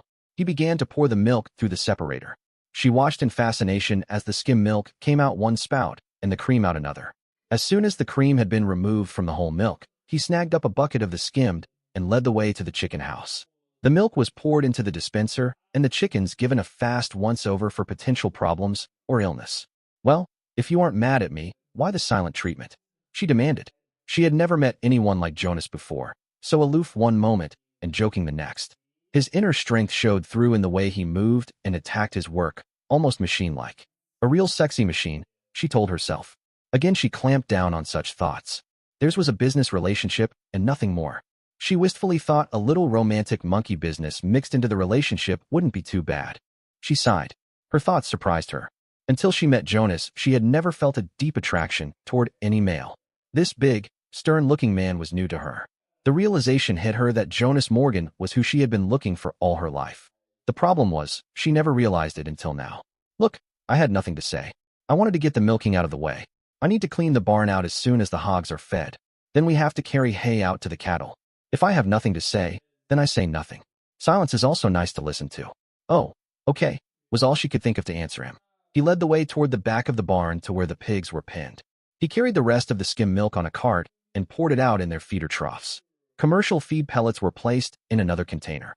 Again, he took a minute to scrutinize each animal for signs of illness or injury. When he saw none, he dragged the cart back to the milk room and sterilized the now empty containers with steam. Mira exclaimed, "Good grief, you have everything here but a wind tunnel. Is this a science lab or a cattle ranch?" Her obvious interest caused him to explain with pride, "Lady, believe it or not, this is a bare-bones operation. I admit the steam generator I use to sterilize the buckets and anything else that needs it is pretty fancy, but I got it at a freight auction for pennies on the dollar. I bid $20 for it and got it because no one else wanted it. I hauled it home and put it together in my spare time. Dairy and poultry must be kept clean and in sterile conditions at all times. Apologies don't cut it when your produce makes someone sick." Mira looked around and shook her head. "When I attended college, I worked in dirtier restaurants than this place. You know your business." She looked around at the way everything was placed away and not left out where it was last used. He walked over to the corner of the room and removed his leather boots. He slipped on a pair of rubber boots that came up a little past his knees. "Time to get knee-deep in the shit," he told her and gave her a small grin. They returned to the cow barn. Jonas grabbed a grain scoop and began piling fresh manure in the center of the floor. Once finished, he opened the back barn door, swiftly carried the manure outside, and added it to the compost pile. She watched, amazed, at how effortlessly he worked, accomplishing so much in such a short time. She followed him to the milk room, where he used the steam hose, adding water to the boiler for a richer steam, and cleaned his rubber boots. "Don't you ever slow down?" she asked, impressed. He slipped his boots back on and led the way back to the house, closing the doors behind them. "Coffee time," he said, filling 2 large mugs with the rich brew. She slipped off the snowmobile suit and sat at the kitchen table with him. "You are going to burn yourself out at the rate you go. I have never seen anyone with your manic work habits." She shook her head. "Actually, I slowed down today so you could get an idea of what ranching is about. We still have to gather the eggs before we hitch up the horses and head out toward the south pasture. We have 2,000 head of feeder stock out there we winter for the Blandings Ranch out of Texas. They bring barely weaned calves up here. Then I watch over them and feed them. They pay us $20 a head plus feed. Since the feed is homegrown Timothy hay, the only out-of-pocket money is for the hay crew and the cutting. I hire 6 men to cut, rake and bale the hay, and cut the calves. I sell the Blandings our hay for the going rate. Everything over what I pay for the hay crew is found money." He grinned devilishly and asked, "You ever eat Rocky Mountain oysters?" "Oysters? I never knew you could raise seafood up here away from the ocean." She sensed he was joking but could not see the humor. "That is the nickname for calf testicles. When you deball all those calves, turn them into steers, you have some very expensive meat. Henri and a couple of Denver chefs contract in advance for calf nuts." He saw the strange expression on her face. "Have you ever eaten sweetbreads in some fancy New York restaurant?" She nodded her head yes. "Lady, you was eating calf balls." When he saw the sickly expression on her face, he changed the subject. "Our 300 head are in the east pasture. I plan to sell the culls and use the rest for breeder stock. They are all Black Angus mixed with Charleroi and some Brahma. I'm trying to fix the breed. Next year we will sell off a few of the prime animals if the price is right. Right now everything I can get my hands on goes to pay off the note at the bank." She looked at him and frowned. She shook her head. "That's bad business practice. How far ahead are you on the payments?" "Well, if I remember right, we are paid up about 3 years ahead of time." Suddenly he frowned at her. "What do you mean by that remark about bad business practice? Since when do you know anything about ranches and ranching?" He felt deep resentment to hear any criticism about the way he ran things. "I know nothing about ranching. What I do know is good business management. I was working on my master's in business administration with emphasis on entrepreneurial modes of operation. As far as I can see, you do everything right when it comes to getting new business and bringing in cash. But after that, you do not seem to do so well. What sort of business records do you keep?" "I have a ledger that has everything entered in the right places. Everything except certain of the found money goes in one column and all the expenses go in the other. Every quarter, I take the ledger and the receipts into my bookkeeper in Walden, and she fills out the proper tax forms. Then I bank what is left." He figured that would shut her up. "How are you handling your depreciation on equipment and land use?" "I remember one course I took where the professor stated properly used depreciation made the businessman more money than the markup in some instances." "Hell," he told her in frustration, "that's why I hired someone to take care of my books. Don't you have any idea what I am talking about?" She searched his face for even a hint of understanding. "Well, it sounds like you were telling me I am too dumb to ranch." He looked mad enough to hit somebody. She involuntarily stepped back away from him as an arrow of fear shot through her heart. He did not notice as he told her, "I'm going to gather the eggs." He tossed his half cup of coffee in the sink and placed the coffee cup in the dishwasher. He dressed for the cold and hurried to the chicken house. An hour later, he came into the house, removed his cold weather gear, and walked into the kitchen. Mira had not moved from her seat. He poured a fresh cup of coffee and sat across from her. He started to speak when she held up her hand and said, "Yes." "Yes what?" He asked her. "Yes, you are too dumb to ranch. I see what my father planned to do with you. You know cattle and horses and how to heal them. You know how to raise livestock and slaughter it and sell it." He nodded his head in agreement. "But I'll bet right now, if I had not come along, you would have lost this place in the next 5 years. You do not know squat about running a business or how to put your money to work.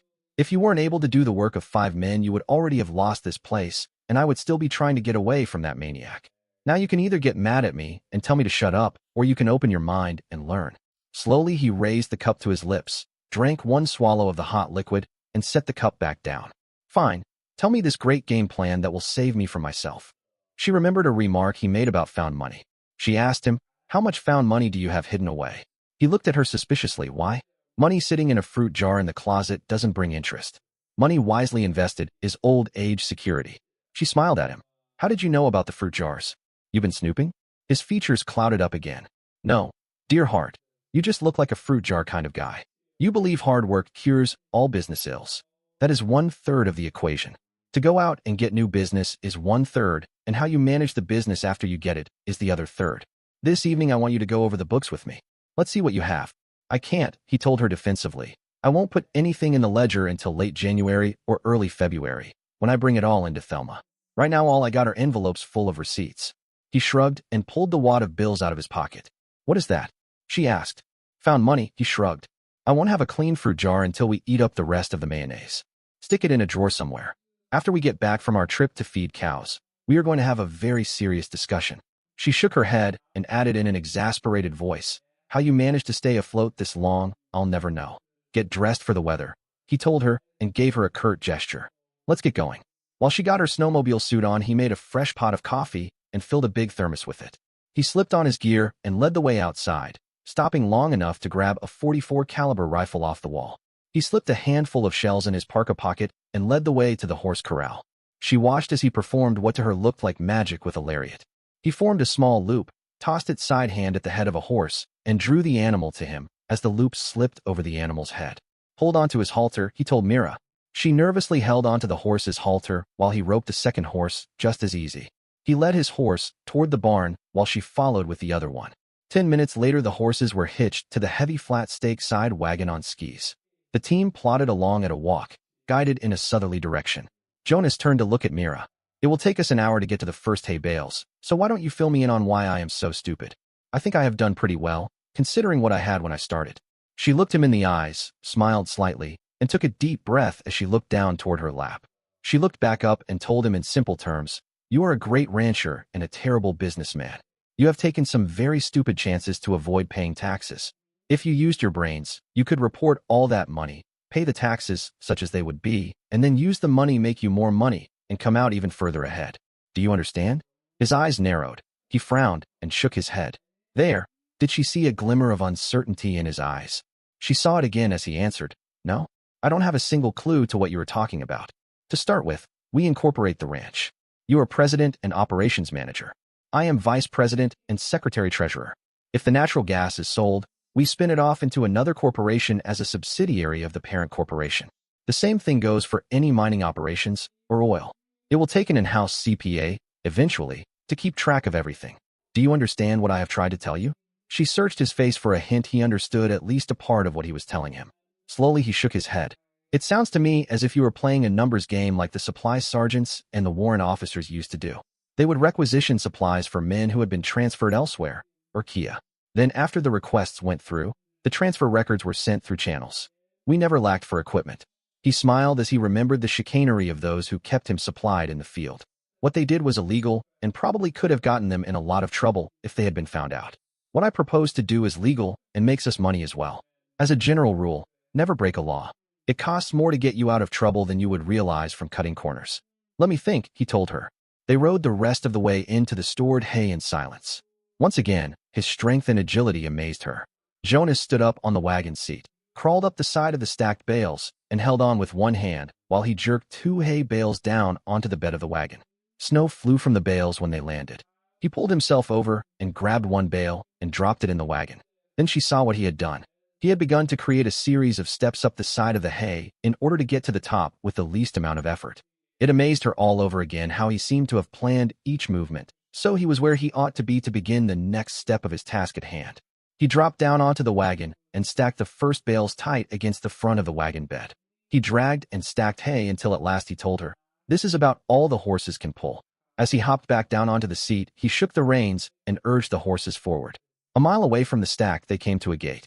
The gate consisted of 3 horizontal strands of barbed wire that tied 2 vertical cedar posts together. Wire loops held the posts in place. Jonas jumped down and opened the gate. He called "Gee up" to the horses. They obediently leaned into the traces and pulled the wagon on through. He closed the gate, climbed quickly into the seat, and called "Gee up" to them once more. Again, the 2 horses leaned into their load and slowly plodded onward. After a while, they came to a place protected from the wind. Jonas stopped the wagon and again climbed up on the hay. He broke the bales apart over his knee and kicked the loose hay over the side. In a loud voice, he called, "Hey cows! Hey cows!" In minutes, a sea of dark-coated, white-faced, hungry cattle surrounded them. They rode on and repeated the process 3 more times. Then they were out of hay. Jonas grinned and told her, "Let's go visit your gold mine." She resented Jonas's condescending attitude toward her. Then she thought of his resentment toward her as she tried to educate him in the ways of the business world. She decided they both needed to unbend a little. She smiled up at him and said, "Thank you. I always wanted to look at a mountain of gold." He cocked an eye toward her, shook his head at the completely alien ways of women, especially the ones from New York City. He called to the team and turned them toward a high hill. An hour later, the hill had turned into a steep cliff nearly 50 feet high. About 8 feet up from the ground was a ledge, hidden from the casual observer by the natural contours of the cliff face. As soon as the wagon stopped, Jonas stood and grabbed up a small coil of rope. He tossed the rope up onto the ledge, stepped up onto the wagon seat, placed one foot on the seat back, and jumped straight up. He caught the ledge and vaulted himself up onto it all in one continuous motion. He stood, uncoiled the rope, and told her, "Mira, I'll pull you up while you walk up the side of the cliff." Jonas nodded his approval as Mira grabbed onto the loop, and he pulled. Her eyes glistened with excitement as he bowed her toward a small crevice in the rock. As soon as she stepped through, she gasped. The crevice turned into a deep cave with a low ceiling that went back almost 20 feet. There it ended in a pile of rubble. A pipe cap stuck up a couple of inches out of the debris at the back of the cave. "Thank you. Let's go back." She turned around and jumped down into the wagon bed. She sprawled, sat up unharmed, and crawled over the back into the wagon seat. Jonas silently coiled the rope, tied it secure with one end, and tossed it down into the wagon bed. He followed the rope, an instant later. He turned the wagon around and headed for the house. They rode in silence for an hour. Finally, he could not stand the vacuum he felt after she looked and said, "Thank you. Let's go back." Finally, he exploded. "Let's go back? That is all you have to say, let's go back?" His lungs expanded as he gasped in great gulps of air. He looked straight ahead and said to himself, "That's all she said. Let's go back. I can't believe I heard that." "No, actually I said 2 more words," she told him smugly. "If you remember correctly, I also said thank you. When you quote someone, you should never paraphrase that person. It's not polite." "How did you know that was the wrong place?" he asked her. "I am very certain it is the correct place. When we get back to the house, I intend to read a little bit more to refresh my memory. I am almost certain that is our cave." They rode along in silence for a few minutes before she told him, "I believe you are correct about that map. It is a very clever forgery. I want to find the original." They had barely passed through the last gate before arriving back at the house, when Jonas called in a low voice, "Whoa." He reached under the seat and pulled out the heavy rifle. He scanned the countryside around them, in all directions. In a terse voice, he told her, "Get down off the seat right now." "Why?" she asked, not moving. He grabbed her and threw her bodily off the wagon seat. In the same motion, he followed her. "Because I said so and don't have time for 20 questions, he told her in a low voice. "Someone is out in the barn." "How do you know?" she asked. "Are you psychic?" "Nope, just observant." He pointed to their own recent back trail, made as they returned from the cave. "See how clear our tracks are in the snow?" "Well, yes," she answered, mystified. "What of it?" "Now look at our tracks, the ones we made when we headed out this morning. See how they are less well-defined. The same goes for the wagon's skid tracks in the yard between the barns and the house. In some places they have been completely blown over by the light snow. Now look at that track from the road into the yard, the one that veers toward the house, and then toward the cow barn. That track was made by a small ski mobile. Someone is in the barn. Oh, she gasped. The anger she felt at being thrown from the wagon seat forgotten. What do we do now? Get up, he said to the horses. They needed no urging to head toward the barn. Keep low and follow close behind the wagon. As soon as we are near the house, you make a run for the back door and stay inside. There's a handgun in my nightstand. Get it out and take it off safety. If anybody comes inside the house, but me, shoot the son of a bitch. Okay, I'll try, she whispered as the wagon slowly started forward. He urged her forward. Don't try, do. They followed behind the wagon on foot until they came to the house. Go, he told her in a low, sharp voice. Mira veered to the left and ran hard toward the house. She opened the back door and threw herself inside. Jonas jumped to one side as the wagon reached the corner of the barn. The horses stopped. He stood quietly, waiting for whatever came next. After a couple of minutes, the side door by the big barn entrance slowly opened and a man stepped out. He called back inside. It's just the horses. Nobody with them. Jonas slipped around to the back of the barn and, quiet as he could, opened the back door of the milk room. He closed the door behind him and ghosted his way across the floor in the gloom to the other door into the horse barn. He slipped through into the infirmary and on into the cow barn. His quarry was 10 feet in front of him. He had just started out the door to join his friend. The man was a stranger. He held a heavy revolver in his hand at the ready, barrel pointed up toward the sky, police style. His back was toward Jonas as he peered outside toward his partner. You can drop your gun or die, Jonas told the man. What th? The man exclaimed and spun around. Gun barrel dropped to find a target. Jonas shot once. The man jerked backward and fell. A quickly expanding red stain showed where his belly button used to be. Jonas charged outside in time to hear a shot come from the house. He ran to the front porch, opened the front door, and jumped inside, doing a neat tuck and roll with his rifle carried across his belly. From a prone position on the floor, he wildly looked around. He saw nothing. Then he heard a faint sob from the bedroom. Mira? He called. Are you all right? No, I just shot a man, came her muffled voice from the bedroom. Slowly, Jonas entered the bedroom. Mira stood to one side of the room by the bed. A body lay sprawled on the floor. Jonas rolled the body over onto its back. It was the man who first came out of the barn to investigate the arrival of the horses. Jonas checked for a pulse and found none. Come on out into the front room. I'll call Troy to get his butt out here. This gets mighty old mighty fast. He grabbed up the cordless off the end table by the couch and pinched in 911. Sheriff's office. How may I direct your call? This is Jonas Morgan, he told the operator. Let me talk to Troy. Oh, hi Jonas, this is Verna here. Troy is just out past you a ways on a fender bender. You want me to call him? Please, right now. I have another shooting at my place, 2 of them. I'll get him out there right now. She disconnected. Let's have some coffee and wait, Jonas told Mira. The wind is coming up and another storm might be on its way. They removed their heavy outer garments and sat at the table drinking coffee while they waited for Troy to arrive. Mira felt numb inside. She had never before fired a weapon in her life. She kept looking toward the bedroom as if she expected the man she killed to come out. Jonas sat and thought. They both waited. To both it seemed an eternity from the time Jonas called until they heard the faint wail of a siren. 2 minutes later, Troy knocked on the front door. Mira hurried to answer it. You again, Troy exclaimed as he recognized her as Jonas's visitor from the previous time out to the ranch. As he came through the door, he told Jonas, Man, I warned you not to have any house guests until we get this thing straightened out. Jonas, it's dangerous to have a girlfriend come visiting. He seemed more upset Jonas put someone in danger than he was about the shooting. The body is in the bedroom, and she shot him in self-defense. The piece she used in on the couch in the front room. There is a body in the horse barn. I'll show you. I have to unhitch the horses and turn them out. Come on. It's almost time to do the milking. While Troy checked the body in the bedroom, Jonas suited back up, took his rifle, and headed for the door. Troy caught up with him as he began to unhitch the horses from the wagon. He opened half of the big barn door and let the 2 animals inside for their treat of sorghum and cracked oats. He felt guilty the way he had neglected the 2 beasts, and he gave them extra large rations. Troy closed the door behind him and caught up with Jonas. Where's the other one? He asked. Through there. He pointed toward the door he used to sneak up on the first intruder. Suddenly, they heard a snowmobile engine start up and quickly fade into the distance. Jonas shoved Troy out of the way and jumped through the door into the other stock barn. The body was missing. Damnation. I shot the son of a bitch and I saw him drop. His guts were blown to hamburger. You know the damage a .44 soft nose does at close range. I had X'd the nose on all those slugs. I hit him in the belly with a dum-dum. It is impossible for him to get back up and ride off on a snowmobile. There is no way he could have. Maybe you didn't hit him as dead center as you thought you did. Troy squatted down at the pool of blood on the floor. Troy could see signs of the shooting.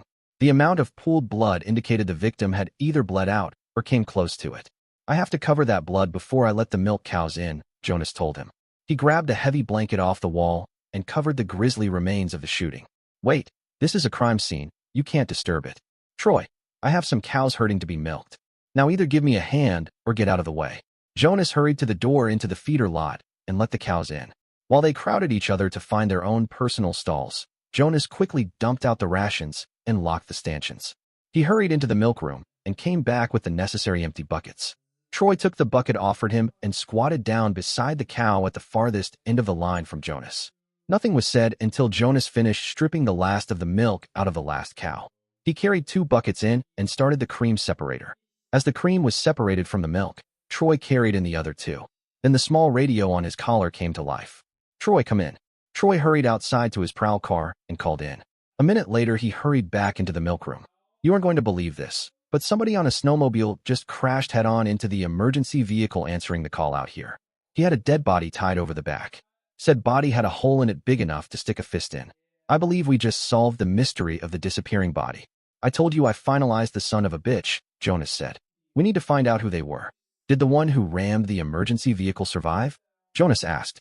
Dispatch says the driver of the snowmobile lost half his skull when he head-butted the front bumper.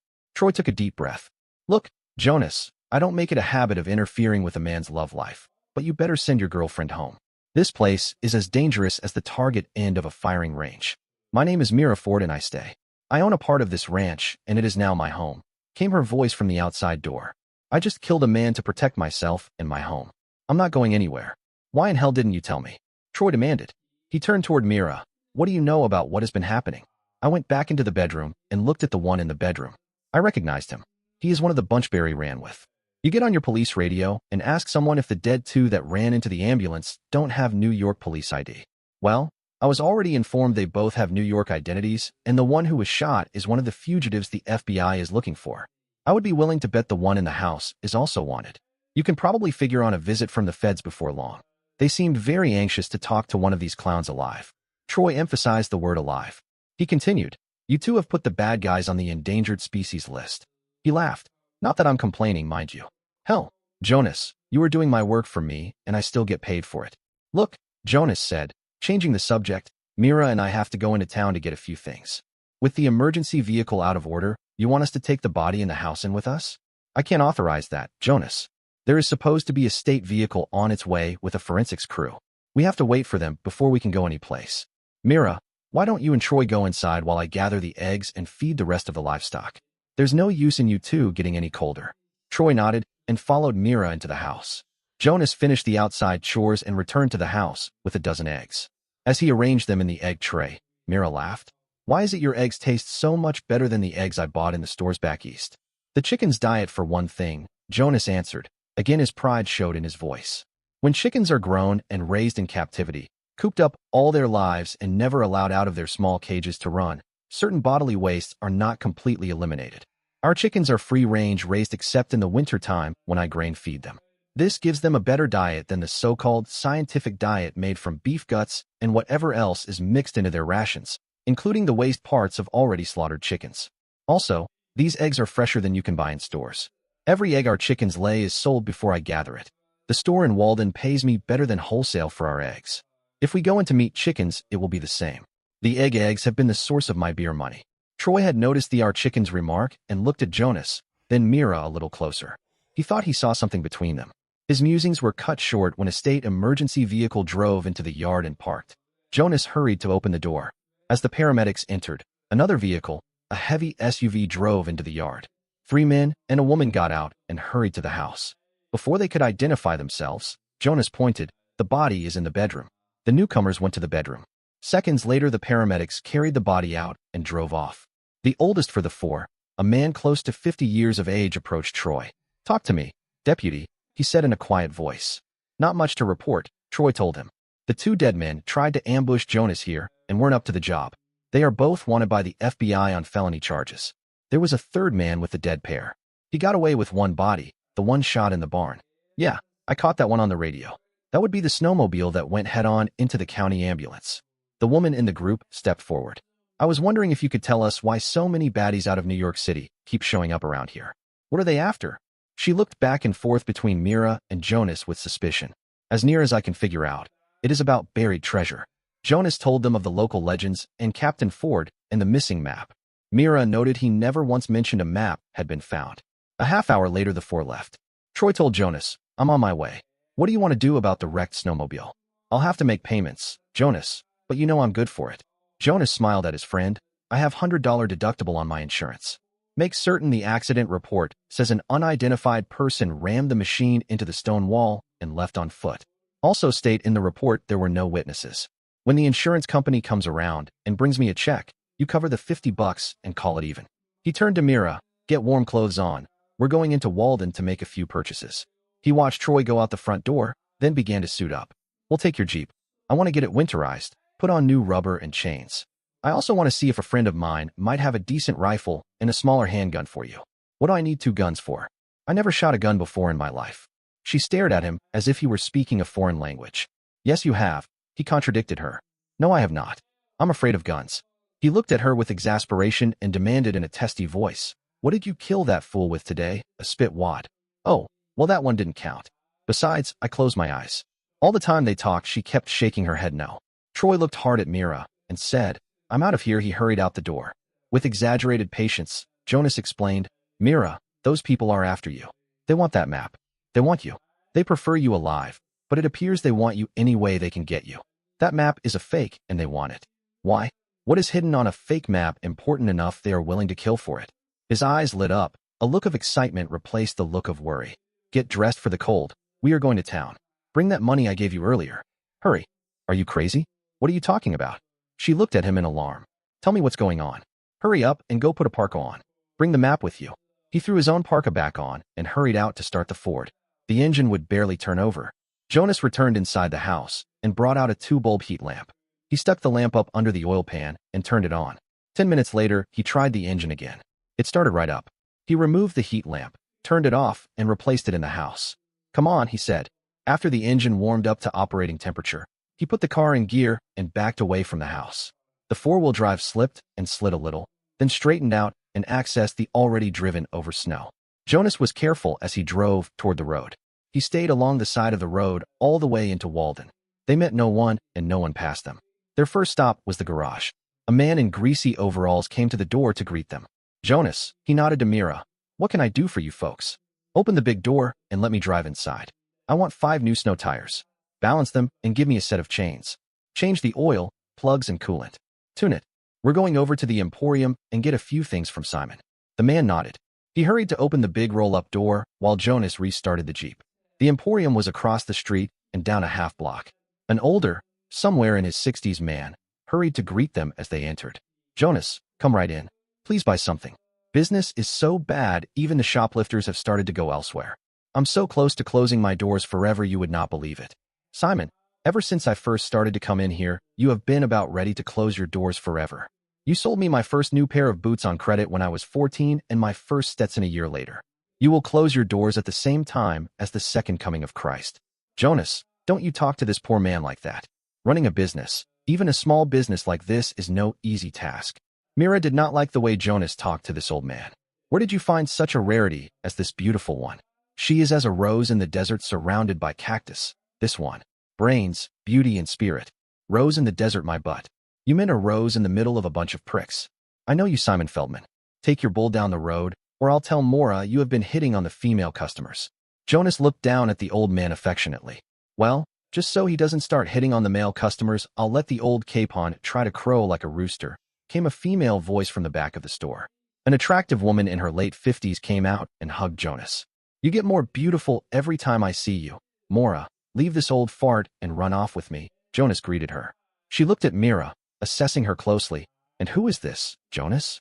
She is gorgeous. Mora made gorgeous sound like a nasal godjust. You're from the Bronx? Mira exclaimed. I thought I heard a touch of Upper Manhattan in your voice. Mora smiled and told her in a confidential voice. Yeah, Bronx all the way until this wild and adventurous madcap Jew swept me off my feet and brought me out here to the Wild West, where he said the cowboys and native Indians all feared the kosher kid. She looked affectionately at her slightly shorter husband. Mora, these two nice people came in here to buy something. Please let them spend their money. Simon's face betrayed the greedy sound of his words as he smiled at his wife. Jonas got down to business. Simon, do you have any of those white Arctic snowsuits left? Mira and I may be spending time outside in the cold. I want us protected. In a 48 extra long, I only have the one in your size. It comes in mottled white camouflage only. Simon turned to his wife. Mora, show this young lady the white snow sweets. Make certain she is fitted properly.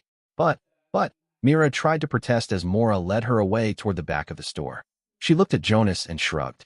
Okay, Simon got down to business. What is going on around here, Jonas? You shot cops from New York City that the FBI wanted to arrest.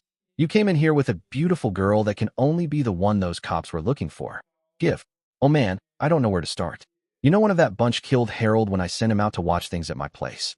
Jonas's voice took on a mean edge. I don't know what the whole thing is about, but I intend to find out. He looked down at the floor and shook his head. You remember all those old tales about a Spanish gold mine? Well, there is more to it than we thought. Simon interrupted with an impatient gesture. Jonas, Colorado has more lost gold mine stories than an old woman has complaints. Get to the point. Well, it seems there was supposed to be a cache of gold buried up on my ranch back in the early to mid-1800s, the Reyes expedition.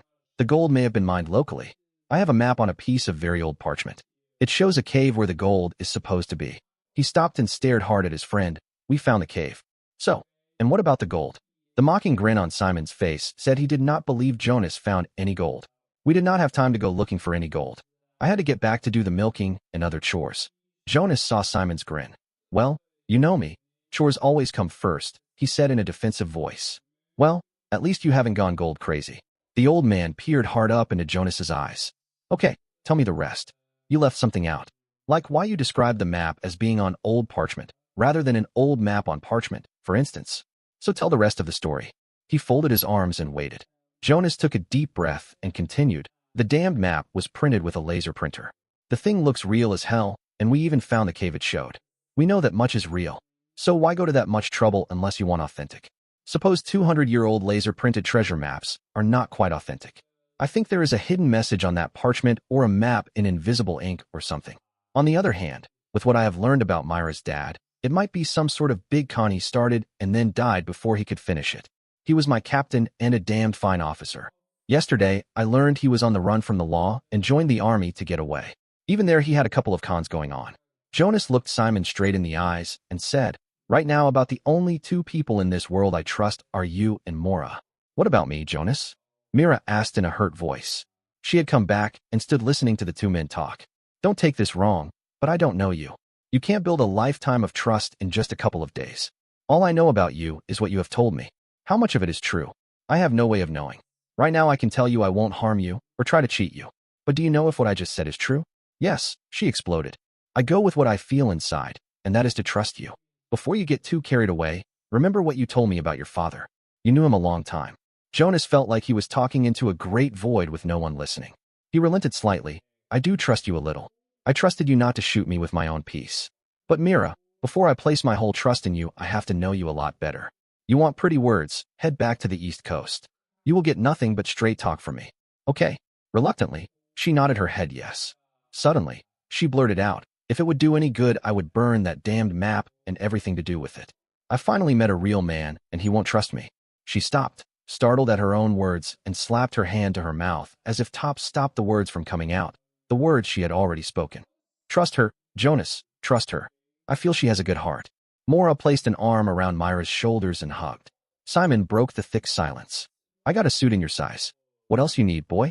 He gave Jonas a look of sympathy. I want a 50 caliber sniper quality rifle, a night scope, and 3 boxes of precision ammo. Also give me a 32 caliber short brush rifle and a 22 caliber 9-shot revolver on a small frame for her hand. We'll need 3 boxes each for both of those weapons. He stopped and thought, you still have that 10 to 30 power sniper scope? You going to war? Simon looked at his friend, worried at the answer. We do have the law around here. I'm not going to the war, Simon. The war is coming to me. Right now I want to make certain I'm on the winning side. Now what do you have that comes close to a sniper's rifle? Jonas, what are you looking for? I got a .6 that is accurate up to 500 yards. Then the slug drifts out of the dead zone. I can let you have it for 180, tax included. Jonas realized his friend was offering him the gun at cost. Damn it, Simon. When I was a kid heading for trouble, you sold me my first 22. You charged me full price and made me pay it off. No excuses. You do me the same today as you did then. Besides, I want something dead nuts for at least a half mile, say 50 caliber, 7-shot clip, bolt action. What you got along those lines? Jonas, you know what you were asking for? Simon looked at him like he had gone crazy. You want a momser you can blow a hole in a tank with it? Simon, you do not go bear hunting with a fly swatter. Jonas smiled quietly at his friend. What have you got? A reluctant Simon told him, I got a used Barrett 50 caliber I bought off a down on his Luck Ranch hand last year. It had 20 bullets and 3 clips. It has no pedigree, so I never listed it on my inventory. Now he said it was accurate for about 1,000 yards. But you know how those guys lie. It is maybe what you want. Restraining his anxious feeling as best he could, Jonas told him in a tense voice, let me see it. If the piece was in decent shape, it was just what the doctor ordered. He followed Simon to the back of the store and waited while the gun vault was unlocked. Simon brought the rifle, wrapped in a heavy blanket. He laid the bundle on the back counter and with a show of reluctance unwrapped it. At the very first sight, Jonas knew he was looking at an old friend. Going by outward appearances, it seemed to be in perfect condition. With an almost reverence, he lifted the rifle to his shoulder and sighted at an imaginary target. I'll take it. How much? $2,000 for all your purchases. Give me whatever you have with you, and I'll put the rest on your bill. Throw in 2 boxes of whatever ammo you have for the big boy, and we'll call it $3,000 cash. That Barrett will bring $3,000 on the open market in good used condition, even without any paperwork. This baby has barely been test-fired. You have $3,000 with you? Simon asked. I got a little found money from selling some beef and pork. Jonas grinned and added, 3 big ones okay with you? Simon nodded his agreement. You act like you were familiar with that gun. You ever shoot one before? Old friend, that ranch hand had no idea what he had. He must have stolen it someplace. I have made head shots at 1,000 yards with another one just like this one. Up to 1.5 miles, anything you hit is gone. At over 1.5 miles, the trajectory degrades fast. Simon looked at him and asked carefully, I had shots at a half-mile away from the target? What did you do in the army? You never talk about your army days. I was a sniper, Jonas told him flatly. I was damn good at what I did. I hope I still have what it takes. Until this is all over, I intend to be careful, real damned careful. Jonas turned toward the other side of the store where Mira and Maura were talking. We have to get going. We'll see you when we get back to town. You need anything, just give me a call. He gathered up their purchases except for the clothing, told Mira, pay the man, and walked toward the front door. Mira grabbed up the rest and followed. The Ford was outside waiting for them. You start it up and wait for me. I'll go in and pay the bill. She nodded and said nothing. She watched through the front window of the garage while Jonas returned inside. He wrote a check, handed it to the mechanic, and returned to the Jeep. As he got in on the passenger side, he told her, stay to the outer edge of the road and don't go over 25. There are too many strangers around, and some of them drive too fast for the road conditions. That ambulance driver knew better than to drive in the center like he did. That fool on the snowmobile either panicked or didn't know what he was doing with that snowmobile. We want to play it safe and get home in one piece. Are you sure you can trust me? She asked bitterly. Okay, so that is what this silence is all about. Let me explain reality to you. He reached on the back seat and brought the heavy caliber rifle up front. He slipped a clip into place and threw the bolt back. There was a snick sound and a shell was levered into the chamber. Well? She asked, go on. I barely know you. You are good looking, damn good looking. You have a nice singing voice and you know things I was never aware I didn't know until I met you. You're easy to talk to. And you have guts. You were able to shoot that man when most of you hothouse flowers would have wilted. He turned in the seat to look at her more clearly. That's all I know about you. You show up out of nowhere, make a dramatic entrance into my life, and present papers that could be forgeries. Well, how do I earn this trust? She asked sarcastically. Do I have to walk through fire, say a secret password, what? Trust is something you earn over time. It doesn't happen overnight, he said, taking a deep breath. I thought I knew your father. We fought together in several battles. I carried him across dangerous ground where I could have made better time alone and not gotten shot. I saved him and ended up wounded, out of the army. That was my reward for saving him. And now, according to you, he lied to me. After everything we went through together. She spoke softly, I'm sorry. I never lived in your world. I guess I'm sheltered. Getting a master's in business administration doesn't prepare you for this kind of reality. She paused, then added, well, not this kind of reality, anyway. They rode in silence for a while.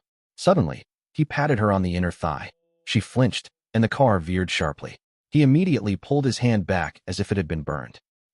Sorry, he muttered in embarrassment. I wasn't trying to invade your space. I was just trying to reassure you. Who? She exclaimed, You better not do that again while I'm driving. You almost caused a wreck. I didn't realize you were as ticklish as you are. He sounded at loss for words. Jonas, she told him in a serious voice, that was not a tickle. Don't do that again unless you mean it. That especially goes if I am driving. She laughed nervously. Yeah, he answered shortly. They drove the rest of the way in embarrassed silence.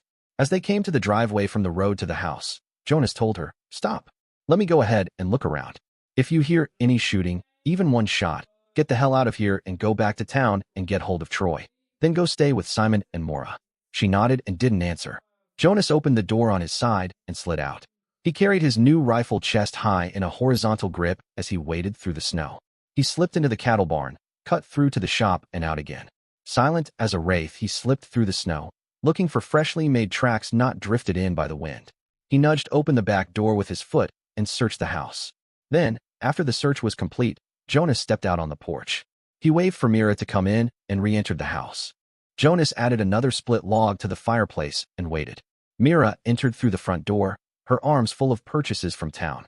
Jonas passed her as he went out to the Jeep, which was now parked more conventionally in front of the house. He carried the weapons and ammunition inside, laying them out on the kitchen table.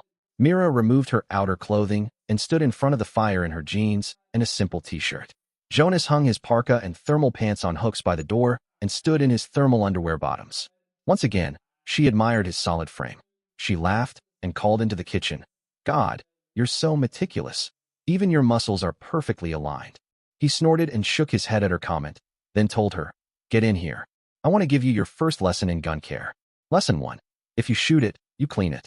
Lesson 2. If it's a new weapon, strip it down and check it out. Lesson 3.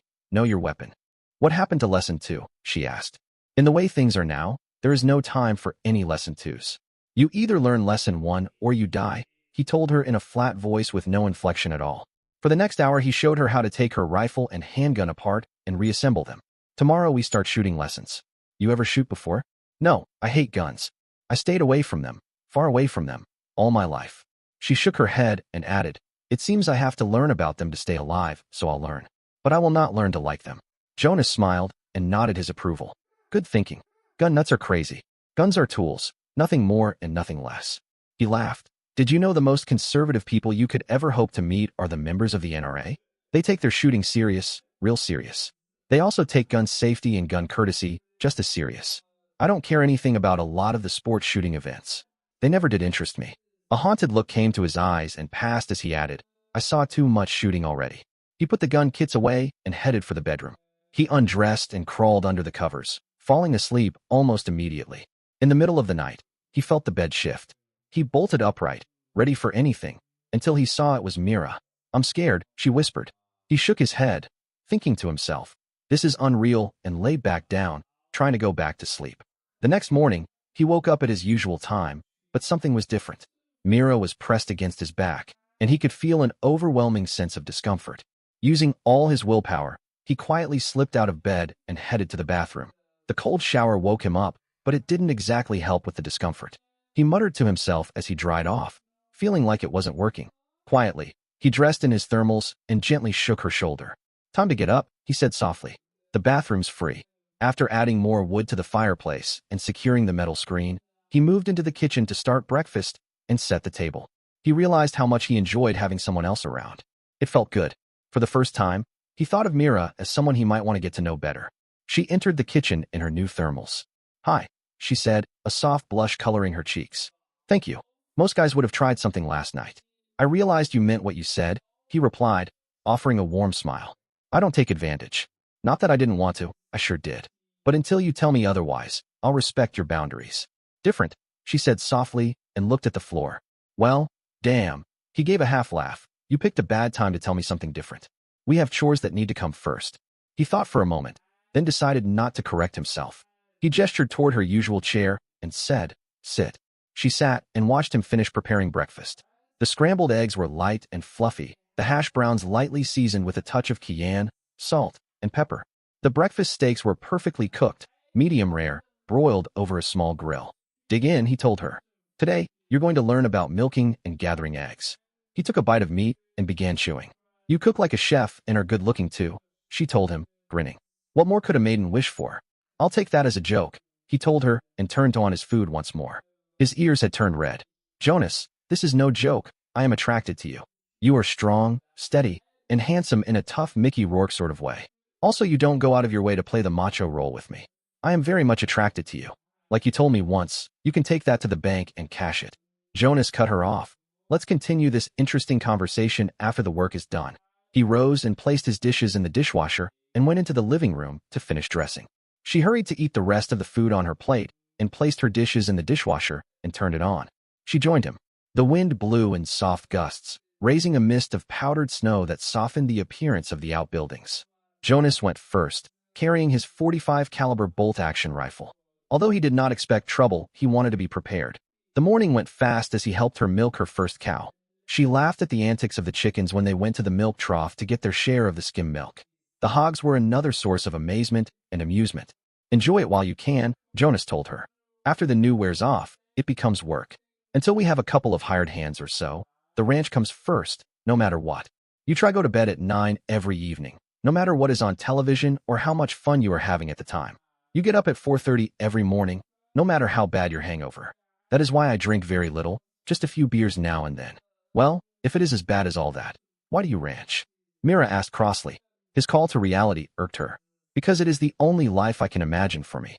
To build a bigger operation, you have to sacrifice in the beginning. Next year, with any luck, we will sell off a few head of beef and buy more calves to add to our natural increase. Year after next, I plan for every animal on this property to be ours. I also intend to expand the pork and the poultry. Beefalo might be a good investment, perhaps even yaks. A friend has been experimenting with a cross between Brahmas and buffalo. I want to try the same thing with my Black Angus mix as the crossbreed. The idea is to develop a faster-growing, larger meat animal." He snugged his hood tight. "Let's get some coffee and rest for a minute, then go for a ride. We'll take the snowcat. I want to cover more territory." As soon as they returned to the house, Jonas poured the last of the coffee in the pot into 2 mugs and started a new batch brewing. He brought 2 rifle scabbards into the kitchen. Myra's short-barreled .32 caliber brush gun was slipped into the smaller scabbard. The big sniper rifle went in the larger one. He placed them on the sink counter and brought out the big thermos. As soon as the preparations were all made, he sat and took the first sip of his coffee. Mira was fascinated the way Jonas kept moving from one task to another. Jonas never slowed and never seemed to hurry as he did all the small tasks that needed doing. He seemed to be the perfect perpetual motion machine. "Jonas, it makes me tired to just watch you," she told him. "You say, let's rest, and then find 3 more things to do before you sit down." She marveled again at the way he never ran out of energy and never seemed to hurry.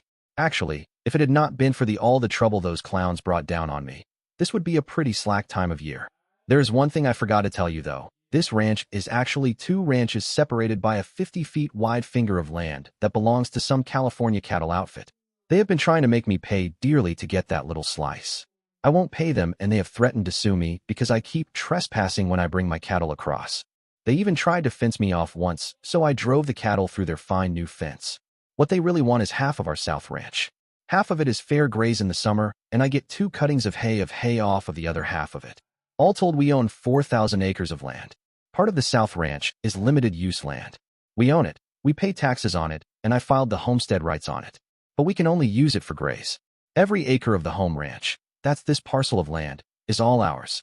We have full unlimited use of it all. So right after spring thaw begins, we move all the cattle off of this range over to the South Ranch and graze them there. Then we get our 2 cuttings off of the rest of the land and use that hay to help get us through the winter. Our first priority, though, will be to get this New York bunch off of our necks and get on with our lives. We actually are sitting on a gold mine and don't even have a shovel to dig with right now. And I don't mean that supposed gold cash. Let's get to work." She got a funny feeling in the pit of her stomach as she watched him carry both rifles out to the snowcat and stash them.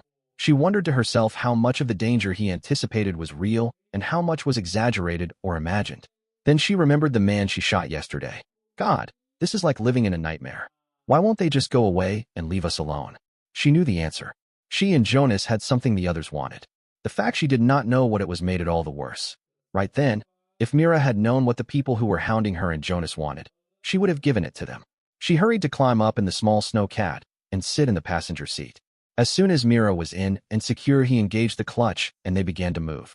The steel blades embedded in the rubber treads grabbed into the icy snow and pulled them forward. This land of ours is beautiful as well as treacherous.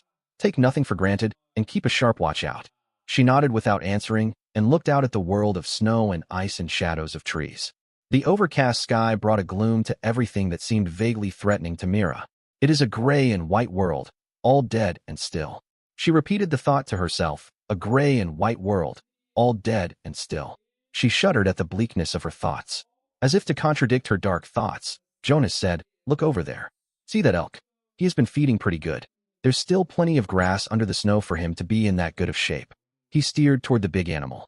The elk took one look at the oncoming snowcat, turned and retreated back into the trees. All thoughts of death and danger left her mind as she said in awe, "He was so beautiful. You don't let anybody in here to hunt, do you?" She hated the thought that some hunter could come up here and kill such a magnificent animal. "I have this whole area posted for another reason.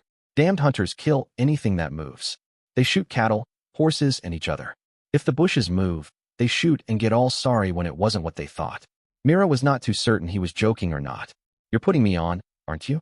His face clouded over at the mere thought of those he considered useless Easterners. "No. All too often when those fools from back east come up here they head out into the woods and blaze away. Last year, while I was talking to one of the game wardens up here, a clown came past with an old mule of mine tied down in the back of his SUV. I recognized it was my mule at first glance. The old boy came with the place, and I let him end out his days grazing around the house. I asked the dude what he had there, and he told me he had shot a mule deer. I was so mad I almost dragged the idiot out of his fancy car to beat the hell out of him. Then what he said next made me change my mind. He told us he saw that big mule deer in some farmer's front yard, and when he took his first shot, he broke a window. So he shot again and hit the mule deer. Then, to add insult to injury, he left $20 to pay for a $150 picture window. "Oh my God," Mira exclaimed. Jonas snorted and continued. "Bill Jeffries. The warden arrested him on the spot for trespassing, hunting in a restricted area, hunting in a posted area, and malicious and wanton destruction of property. He told the fool that mule was my prize show animal that I kept fenced in my front yard so nothing would happen to it. Then he introduced me. Well, what happened?" Mira was positive this was not a tall tale. "I said I would press charges, and the dude was hauled off to jail. In justice court the next morning, he was scared, real scared. Judge Peters asked him how he pled, and he started to babble and carry on. He offered to pay for the animal and told us all how sorry he was." Jonas stopped to chuckle at the memory. "Go on, what happened?" "I agreed to take his nice new loaded with everything SUV in trade and drop all charges. Judge Peters didn't know the SUV was brand new and barely broken in. Now was he aware the mule was an old bag of bones I did not have the heart to shoot. He fined the guy all the traveler's checks he had on him and ordered him make out a bill of sale to me for the SUV. The price was $1 and a show mule. I still have the bill of sale framed and hanging on the wall.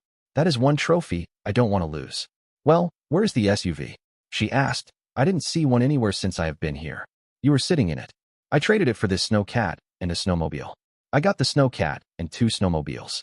Then a certain game warden got himself one of the new snowmobiles." He smiled at the memory. "Remind me not to do anything dumb around you," she told him. "You already have," he told her. "So from now on be real careful around me." She was relieved he had a smile on his face. He was much more fearsome than Barry in many ways. Jonas drove along the edge of the old growth pine forest. It seemed so strange to her how the trees all grew up the mountain, just so far and no further. Mira gasped as they headed up what seemed an impossibly steep slope. When they crested the top of the hill and the snow cat became level again, she sighed her deep relief. At last they stopped at a sheer cliff. Jonas got out and motioned for her to do the same. He walked over to the edge and took a slow look across the country they had just crossed over. She could see the twin tracks the snow cat left in the snow, twin lines that seemed to draw closer and closer together until they became a single faint line. Then that line, too, disappeared into the mist in the distance. "All the country you see before you is our domain." He pointed to the south. "The South Ranch starts on the other side of those tracks there. That is the disputed strip of land that splits our 2 ranches. That California bunch has their main holdings up north of San Francisco and only run a feeder operation over there." He pointed to the southeast. "They use that strip as a shortcut to the county road into Walden." He frowned and spat as if the very mention of the Californians left a bad taste in his mouth. "Let's get back into the cat and head on down the east slope. I want to see how those cattle weathered the storm. I intend to move them across to the South Ranch to finish the winter there. When late spring roundup comes, we need to have them where the Texas owners can come in and haul their animals away without disturbing the rest of the operation." Suddenly Jonas felt a flutter in the air, followed by the sound of a rifle shot in the distance. "Quick, get in the cat," Jonas yelled and sprinted toward the machine. Mira was frozen to the spot where she stood. Jonas doubled back, grabbed her, and threw her bodily into the passenger's seat. He ran around to the other side and vaulted up into the cab. He released the handbrake and threw the cat in gear at the same time. The small 50-horse engine squalled as he raced toward the southeast corner of the plateau. The cat nosed forward over the lip of land and dropped 3 feet before it made firm purchase in the snow. Mira screamed in fear and excitement as they raced down the steep incline. Halfway down, Jonas began to angle to the left in a gradual arc, never easing up on the gas. At the bottom of the slope, he saw a human figure race toward a snowmobile. The figure jumped on and started to race away. Jonas slammed the cat to a stop, jumped out, and grabbed his new rifle. He snapped the bolt open and closed once, raised the sniper rifle to his shoulder, and fired once. The snowmobile, far in the distance, flipped up into the air and came back down on its side. The person aboard the snowmobile flew through the air and landed in the snow. Jonas slid the rifle back in its sheath and hopped back into the cat. He hurried to the downed ambusher and stopped. While still 10 feet away from the downed body, Jonas stopped. "Get your gun and cover me," he ordered. He proceeded with caution as he approached his quarry. Just as Jonas drew close, the stranger rolled over, aimed a heavy Colt revolver at Jonas, and exclaimed, "Hello, sucker." A shot rang out, and the man fell back, a hole blown through his chest. A red stain formed. "Hello to you too," Jonas answered the corpse. He bent down and removed the handgun from the corpse's grasp and stood. "You did good there, babe," he said over his shoulder. He sighed, bent over and lifted the dead man up and carried him the few feet to the snowcat. He heaved once and brought the body up level with the bed on the back of the snowcat. He removed his gloves long enough to lash the body into place. He put his gloves back on and got into the cat. "I found his rifle and stuck it under the seat. I'll hang on to mine just in case," Mira told him. "Damn it, Jonas, I am still scared, but I'm so angry right now, I want to shoot someone else. They have no right, no right, no right at all." She started to sob. "Damn them all." "Babe," Jonas glanced over at her and straight ahead again. "I'm glad you kept your eyes open this time. By the way, I think you're a natural shooter." "What do you mean?" she asked in a wary voice. For the moment, Jonas had distracted from her near hysteria. "Well, look, 2 shots with 2 unfamiliar weapons, and you never had any gun training. I'd say you are either a natural-born shooter or lucky, one or the other." "I vote for natural." Jonas thought for a moment, then said, "I'm the one who was lucky. If you hadn't shot, I might be dead about now." She didn't answer. They rode in silence out to the county road. Jonas aimed the snowcat toward Walden and opened the throttle wide open.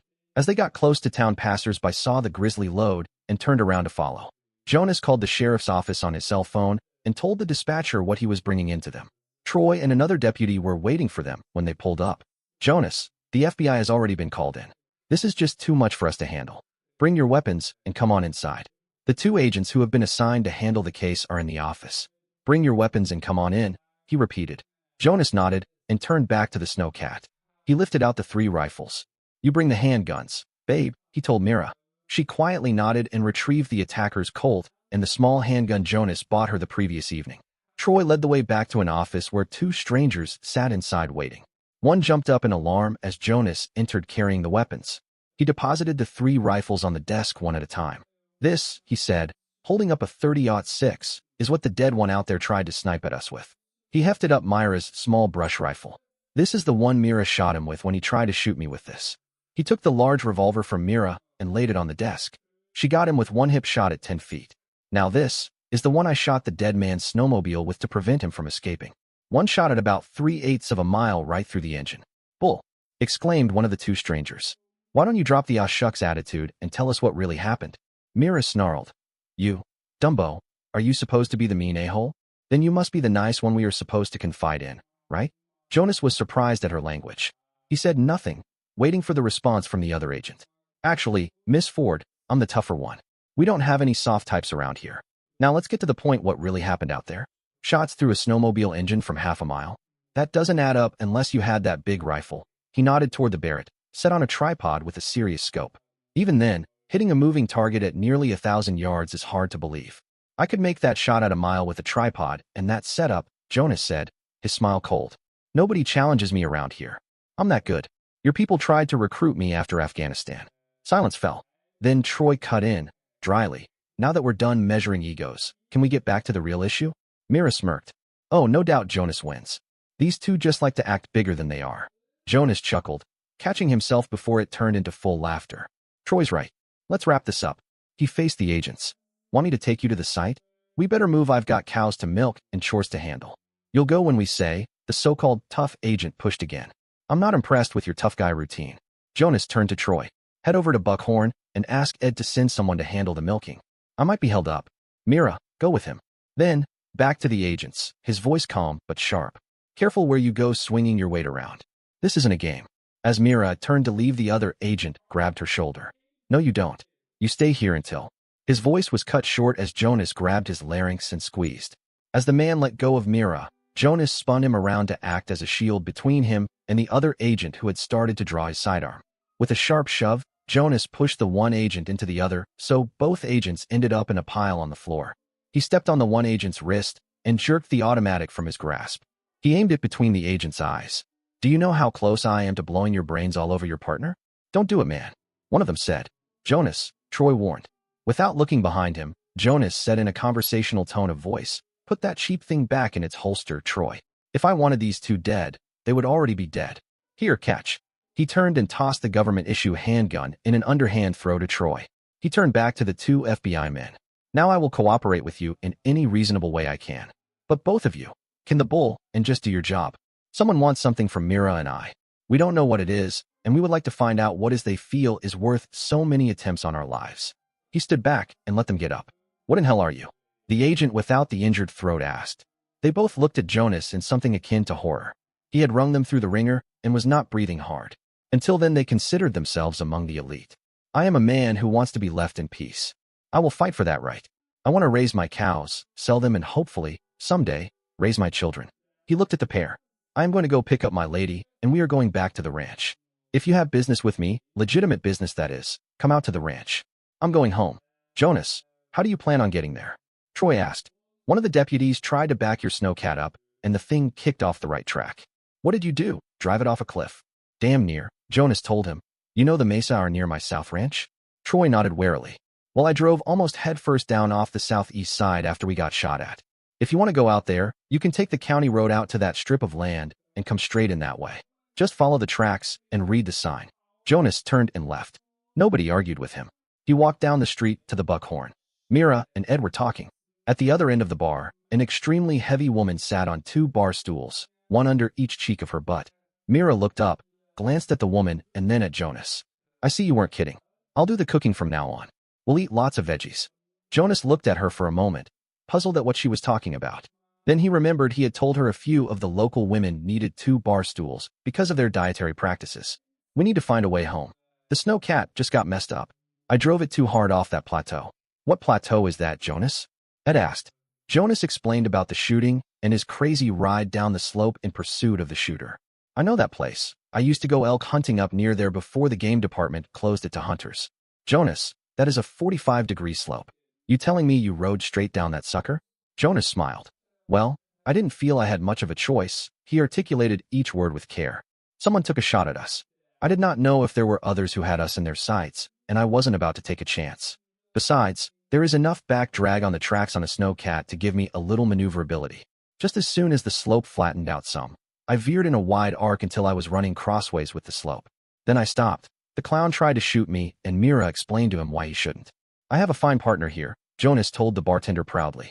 And she's all woman, to boot. He took a sip of his beer Ed had poured when he first entered. Mira blushed at the not unwelcome, but unexpected praise. Jonas draped an arm over her shoulder and gave her a light squeeze. Thrills and other feelings she had never experienced before shot through her. These new emotions made her feel vulnerable, and she was not certain she liked that. Then another thought came to her. Damn it.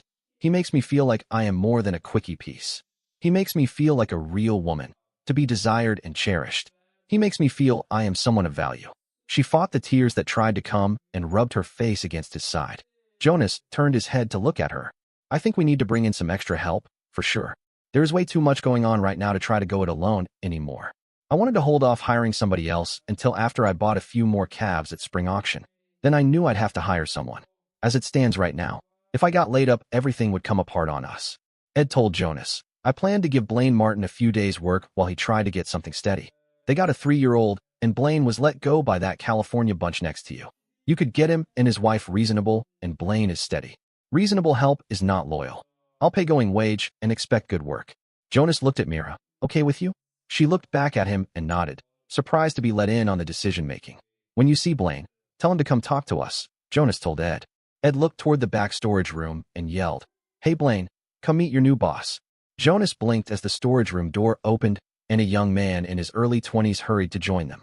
He stood slightly less than 6 feet and was well put together. Hi, Jonas, he greeted his new boss.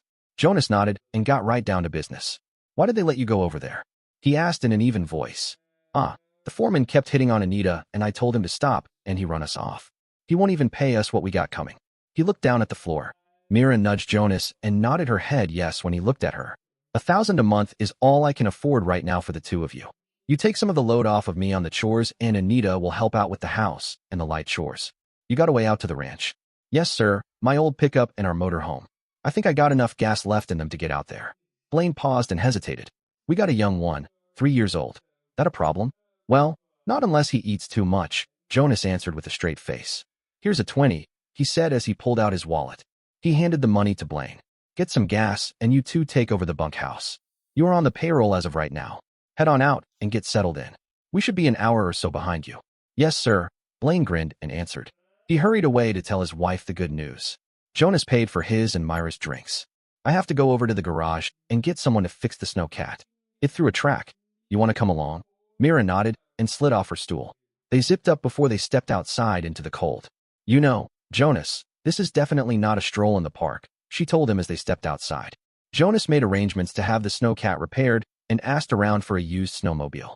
He found a second-hand Polaris that met his needs. Jonas and the seller struck a deal and Jonas promised to bring in cash the next day. Jonas mounted up and Mira got on behind him. They stopped at the Emporium and entered. Simon rushed to greet him. Jonas hugged the small man and told him, that Barrett shoots dead nuts at a half-mile. He smiled down at his dearest friend. You ornery old fart. You taught me to fight and to shoot, and you did a damned good job of it. Then he noticed the 2 FBI men. He stepped back quickly and stood balanced, waiting for whatever happened next. What do you two want in here? These are my friends. The unspoken message in his words was he would kill to protect his friends. Ease off, Morgan. Actually, we came to buy a few things and head back to Denver. We were given bad intel on you. It came from upstairs. He shook his head. I don't like that, not one bit. Our info on you was way off. It was as if your name was put on some loser's profile and forwarded on out to us as being you. He shut his mouth fast as if he said more than he meant to. He nodded toward Simon. Your friend told me how he helped raise you. He said, prone you can plug a grapefruit at 200 yards if you have a decent enough firearm. Jonas smiled quietly, surprised at the turnaround in attitude. Well, he said softly, when this trouble is resolved, maybe we can go shooting someday, or perhaps hunting next season. This year's limited season is about over, but there is always a next. If they wanted to start over, he was willing. What do you need, Jonas? Simon asked. Before he could answer, Maura ran out of the back and hugged Mira. Was you going to leave without saying goodbye, let alone hello? No, of course not. We just got here, Mira told her. Jonas wanted to say hello before we headed back to the ranch. We had more trouble and had to come into town to get it taken care of. She told Maura what happened when they rode out to look at the livestock on the South Ranch. What is the matter with those people? Maura gasped. Surely there is nothing on that land to be worth so many deaths. If they were a bunch of crazy Arabs, I could understand. But here? This is America. Such things don't happen in America. We came out here to get away from all such craziness. We don't know what is going on either, Jonas told her. I agree with you. Nothing, he emphasized the word, nothing is worth this crap. I am almost ready to give these scumsuckers whatever it is they want just to get some peace and quiet. I thought I left this over in the sandbox. He shook his head. After you take care of these two gentlemen, I have a few things I want to talk to you about. We got what we came for, the meaner FBI agent told them. There is one question I would like to ask you. He looked at Jonas. Cautiously, Jonas asked, what is it? What was that stuff you used on us? You seemed to be all over both of us at the same time. You never even raised a sweat and took us both out as if we were little children. Jonas looked at Simon and Maura. They all three grinned at each other. Jonas, you evil kid.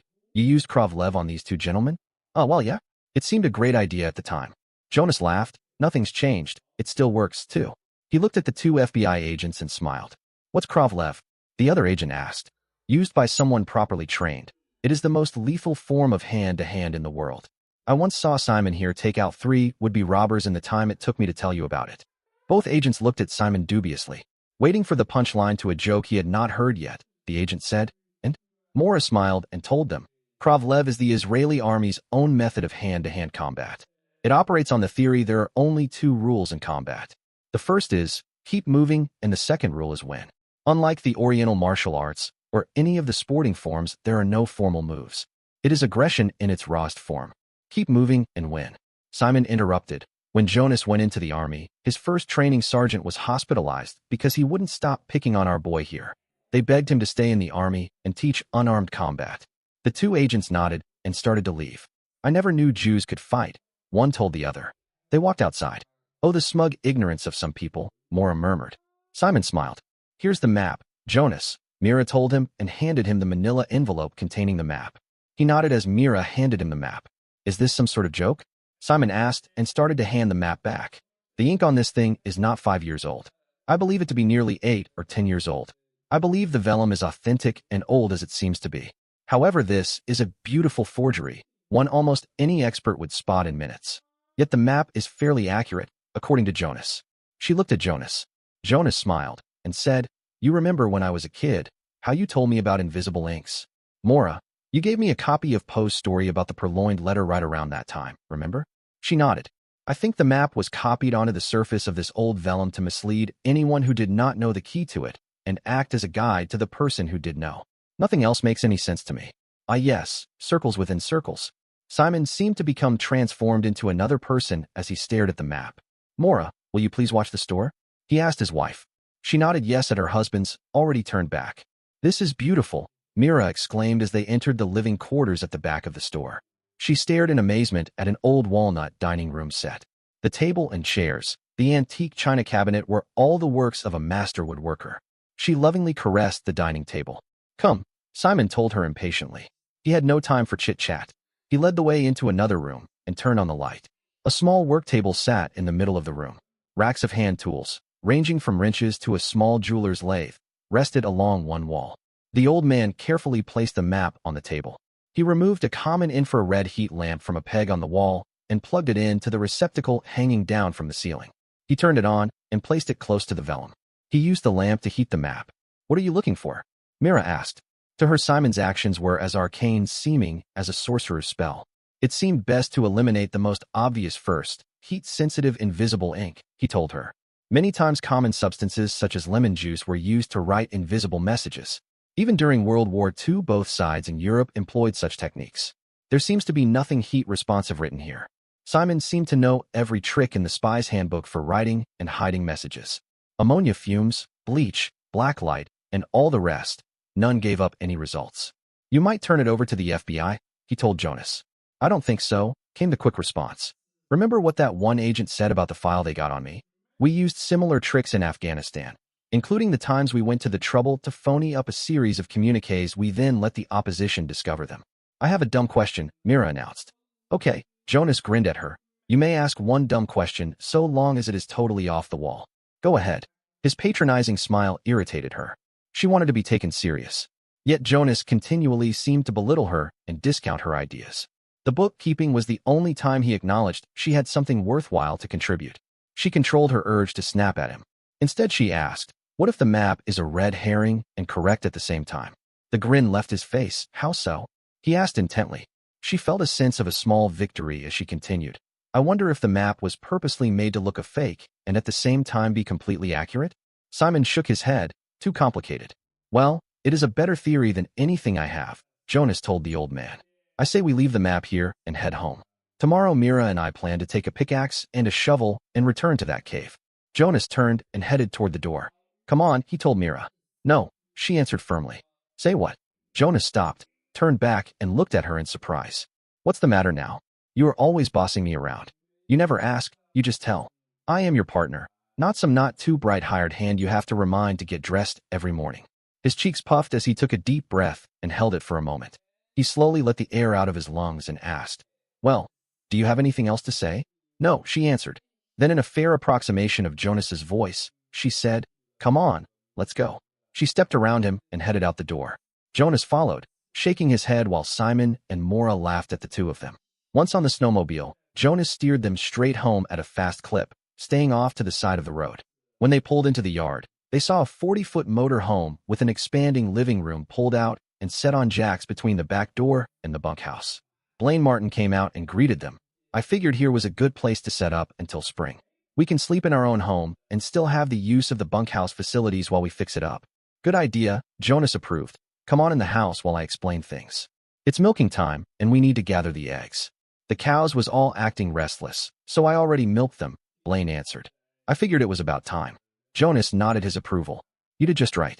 Let's separate the milk, get the eggs, and feed the hogs. Then we have to sit down and have a powwow. You know about all the shootings we have had in the past few days.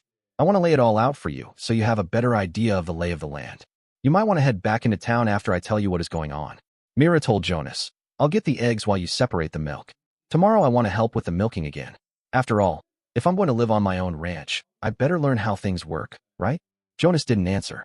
Instead, he nodded his head in agreement. He led Blaine to the mild shed and started the cream separator. He showed Blaine his way to feed the hogs and sterilize the buckets, cream cans, and anything else related to human consumption. Man, you keep this place cleaner than a doctor's office. Blaine looked around amazed. This is good, he added his approval. Later, when they entered the house, Mira was playing with little Laurel. Anita rose from her chair and hurried to greet Blaine with a kiss. Okay, it's time to get our heads together, Jonas told them as he shed his down-filled parka and snowmobile suit. Come on out into the kitchen. He put on a fresh pot of coffee and sat at the head of the table. Mira sat across from him, and the Martins took the other 2 chairs. The deal is this. Someone wants a map we have that is supposed to be an old treasure map. The old lambskin vellum appears to be a couple hundred years old, apparently. The map was printed with a laser printer and can't be over 10 years old at the very most. A few people have come after Mira and I to take that map from us by force. You all know what happened to them. They nodded. Well, he continued, they might come back. If you decide you want to keep working for me, keep that in mind, they might come back. So if you do stay on, I want you to take your family and get the hell out of here at the first sign of trouble. I already figured on doing just that, Jonas, Blaine told him seriously. When push comes to shove, my wife and baby come first, second, and third. Jonas nodded his understanding. In your shoes, I would do the same. The wall phone in the kitchen sounded. Mira answered, hello? Her body stiffened. She gave a little cry and dropped the phone. She curled into a fetal position and whimpered, it's him. Jonas leaped across the room in a single fast bound, grabbed up the phone and asked softly, is this that sissy fag who gets his rocks off beating up on women? In the same conversational tone, he said, Mira told me how you couldn't get it up. You were some kind of sick puppy. We had a few of you in the army. The ragheads call your type, but boys. Where are you now? Home safe with mommy. You punk. Mira looked up at Jonas from the floor, shaking her head frantically. No, no, no, she moaned softly. The voice on the phone screamed, you're mine. I keep you for myself. I'm going to. You are going to give me a BJ, Jonas said, sounding as contemptuous as he could. Just keep a sack over your ugly face. He hung up the phone. No. Oh God. He's already crazy, Mira sobbed. You made him crazier.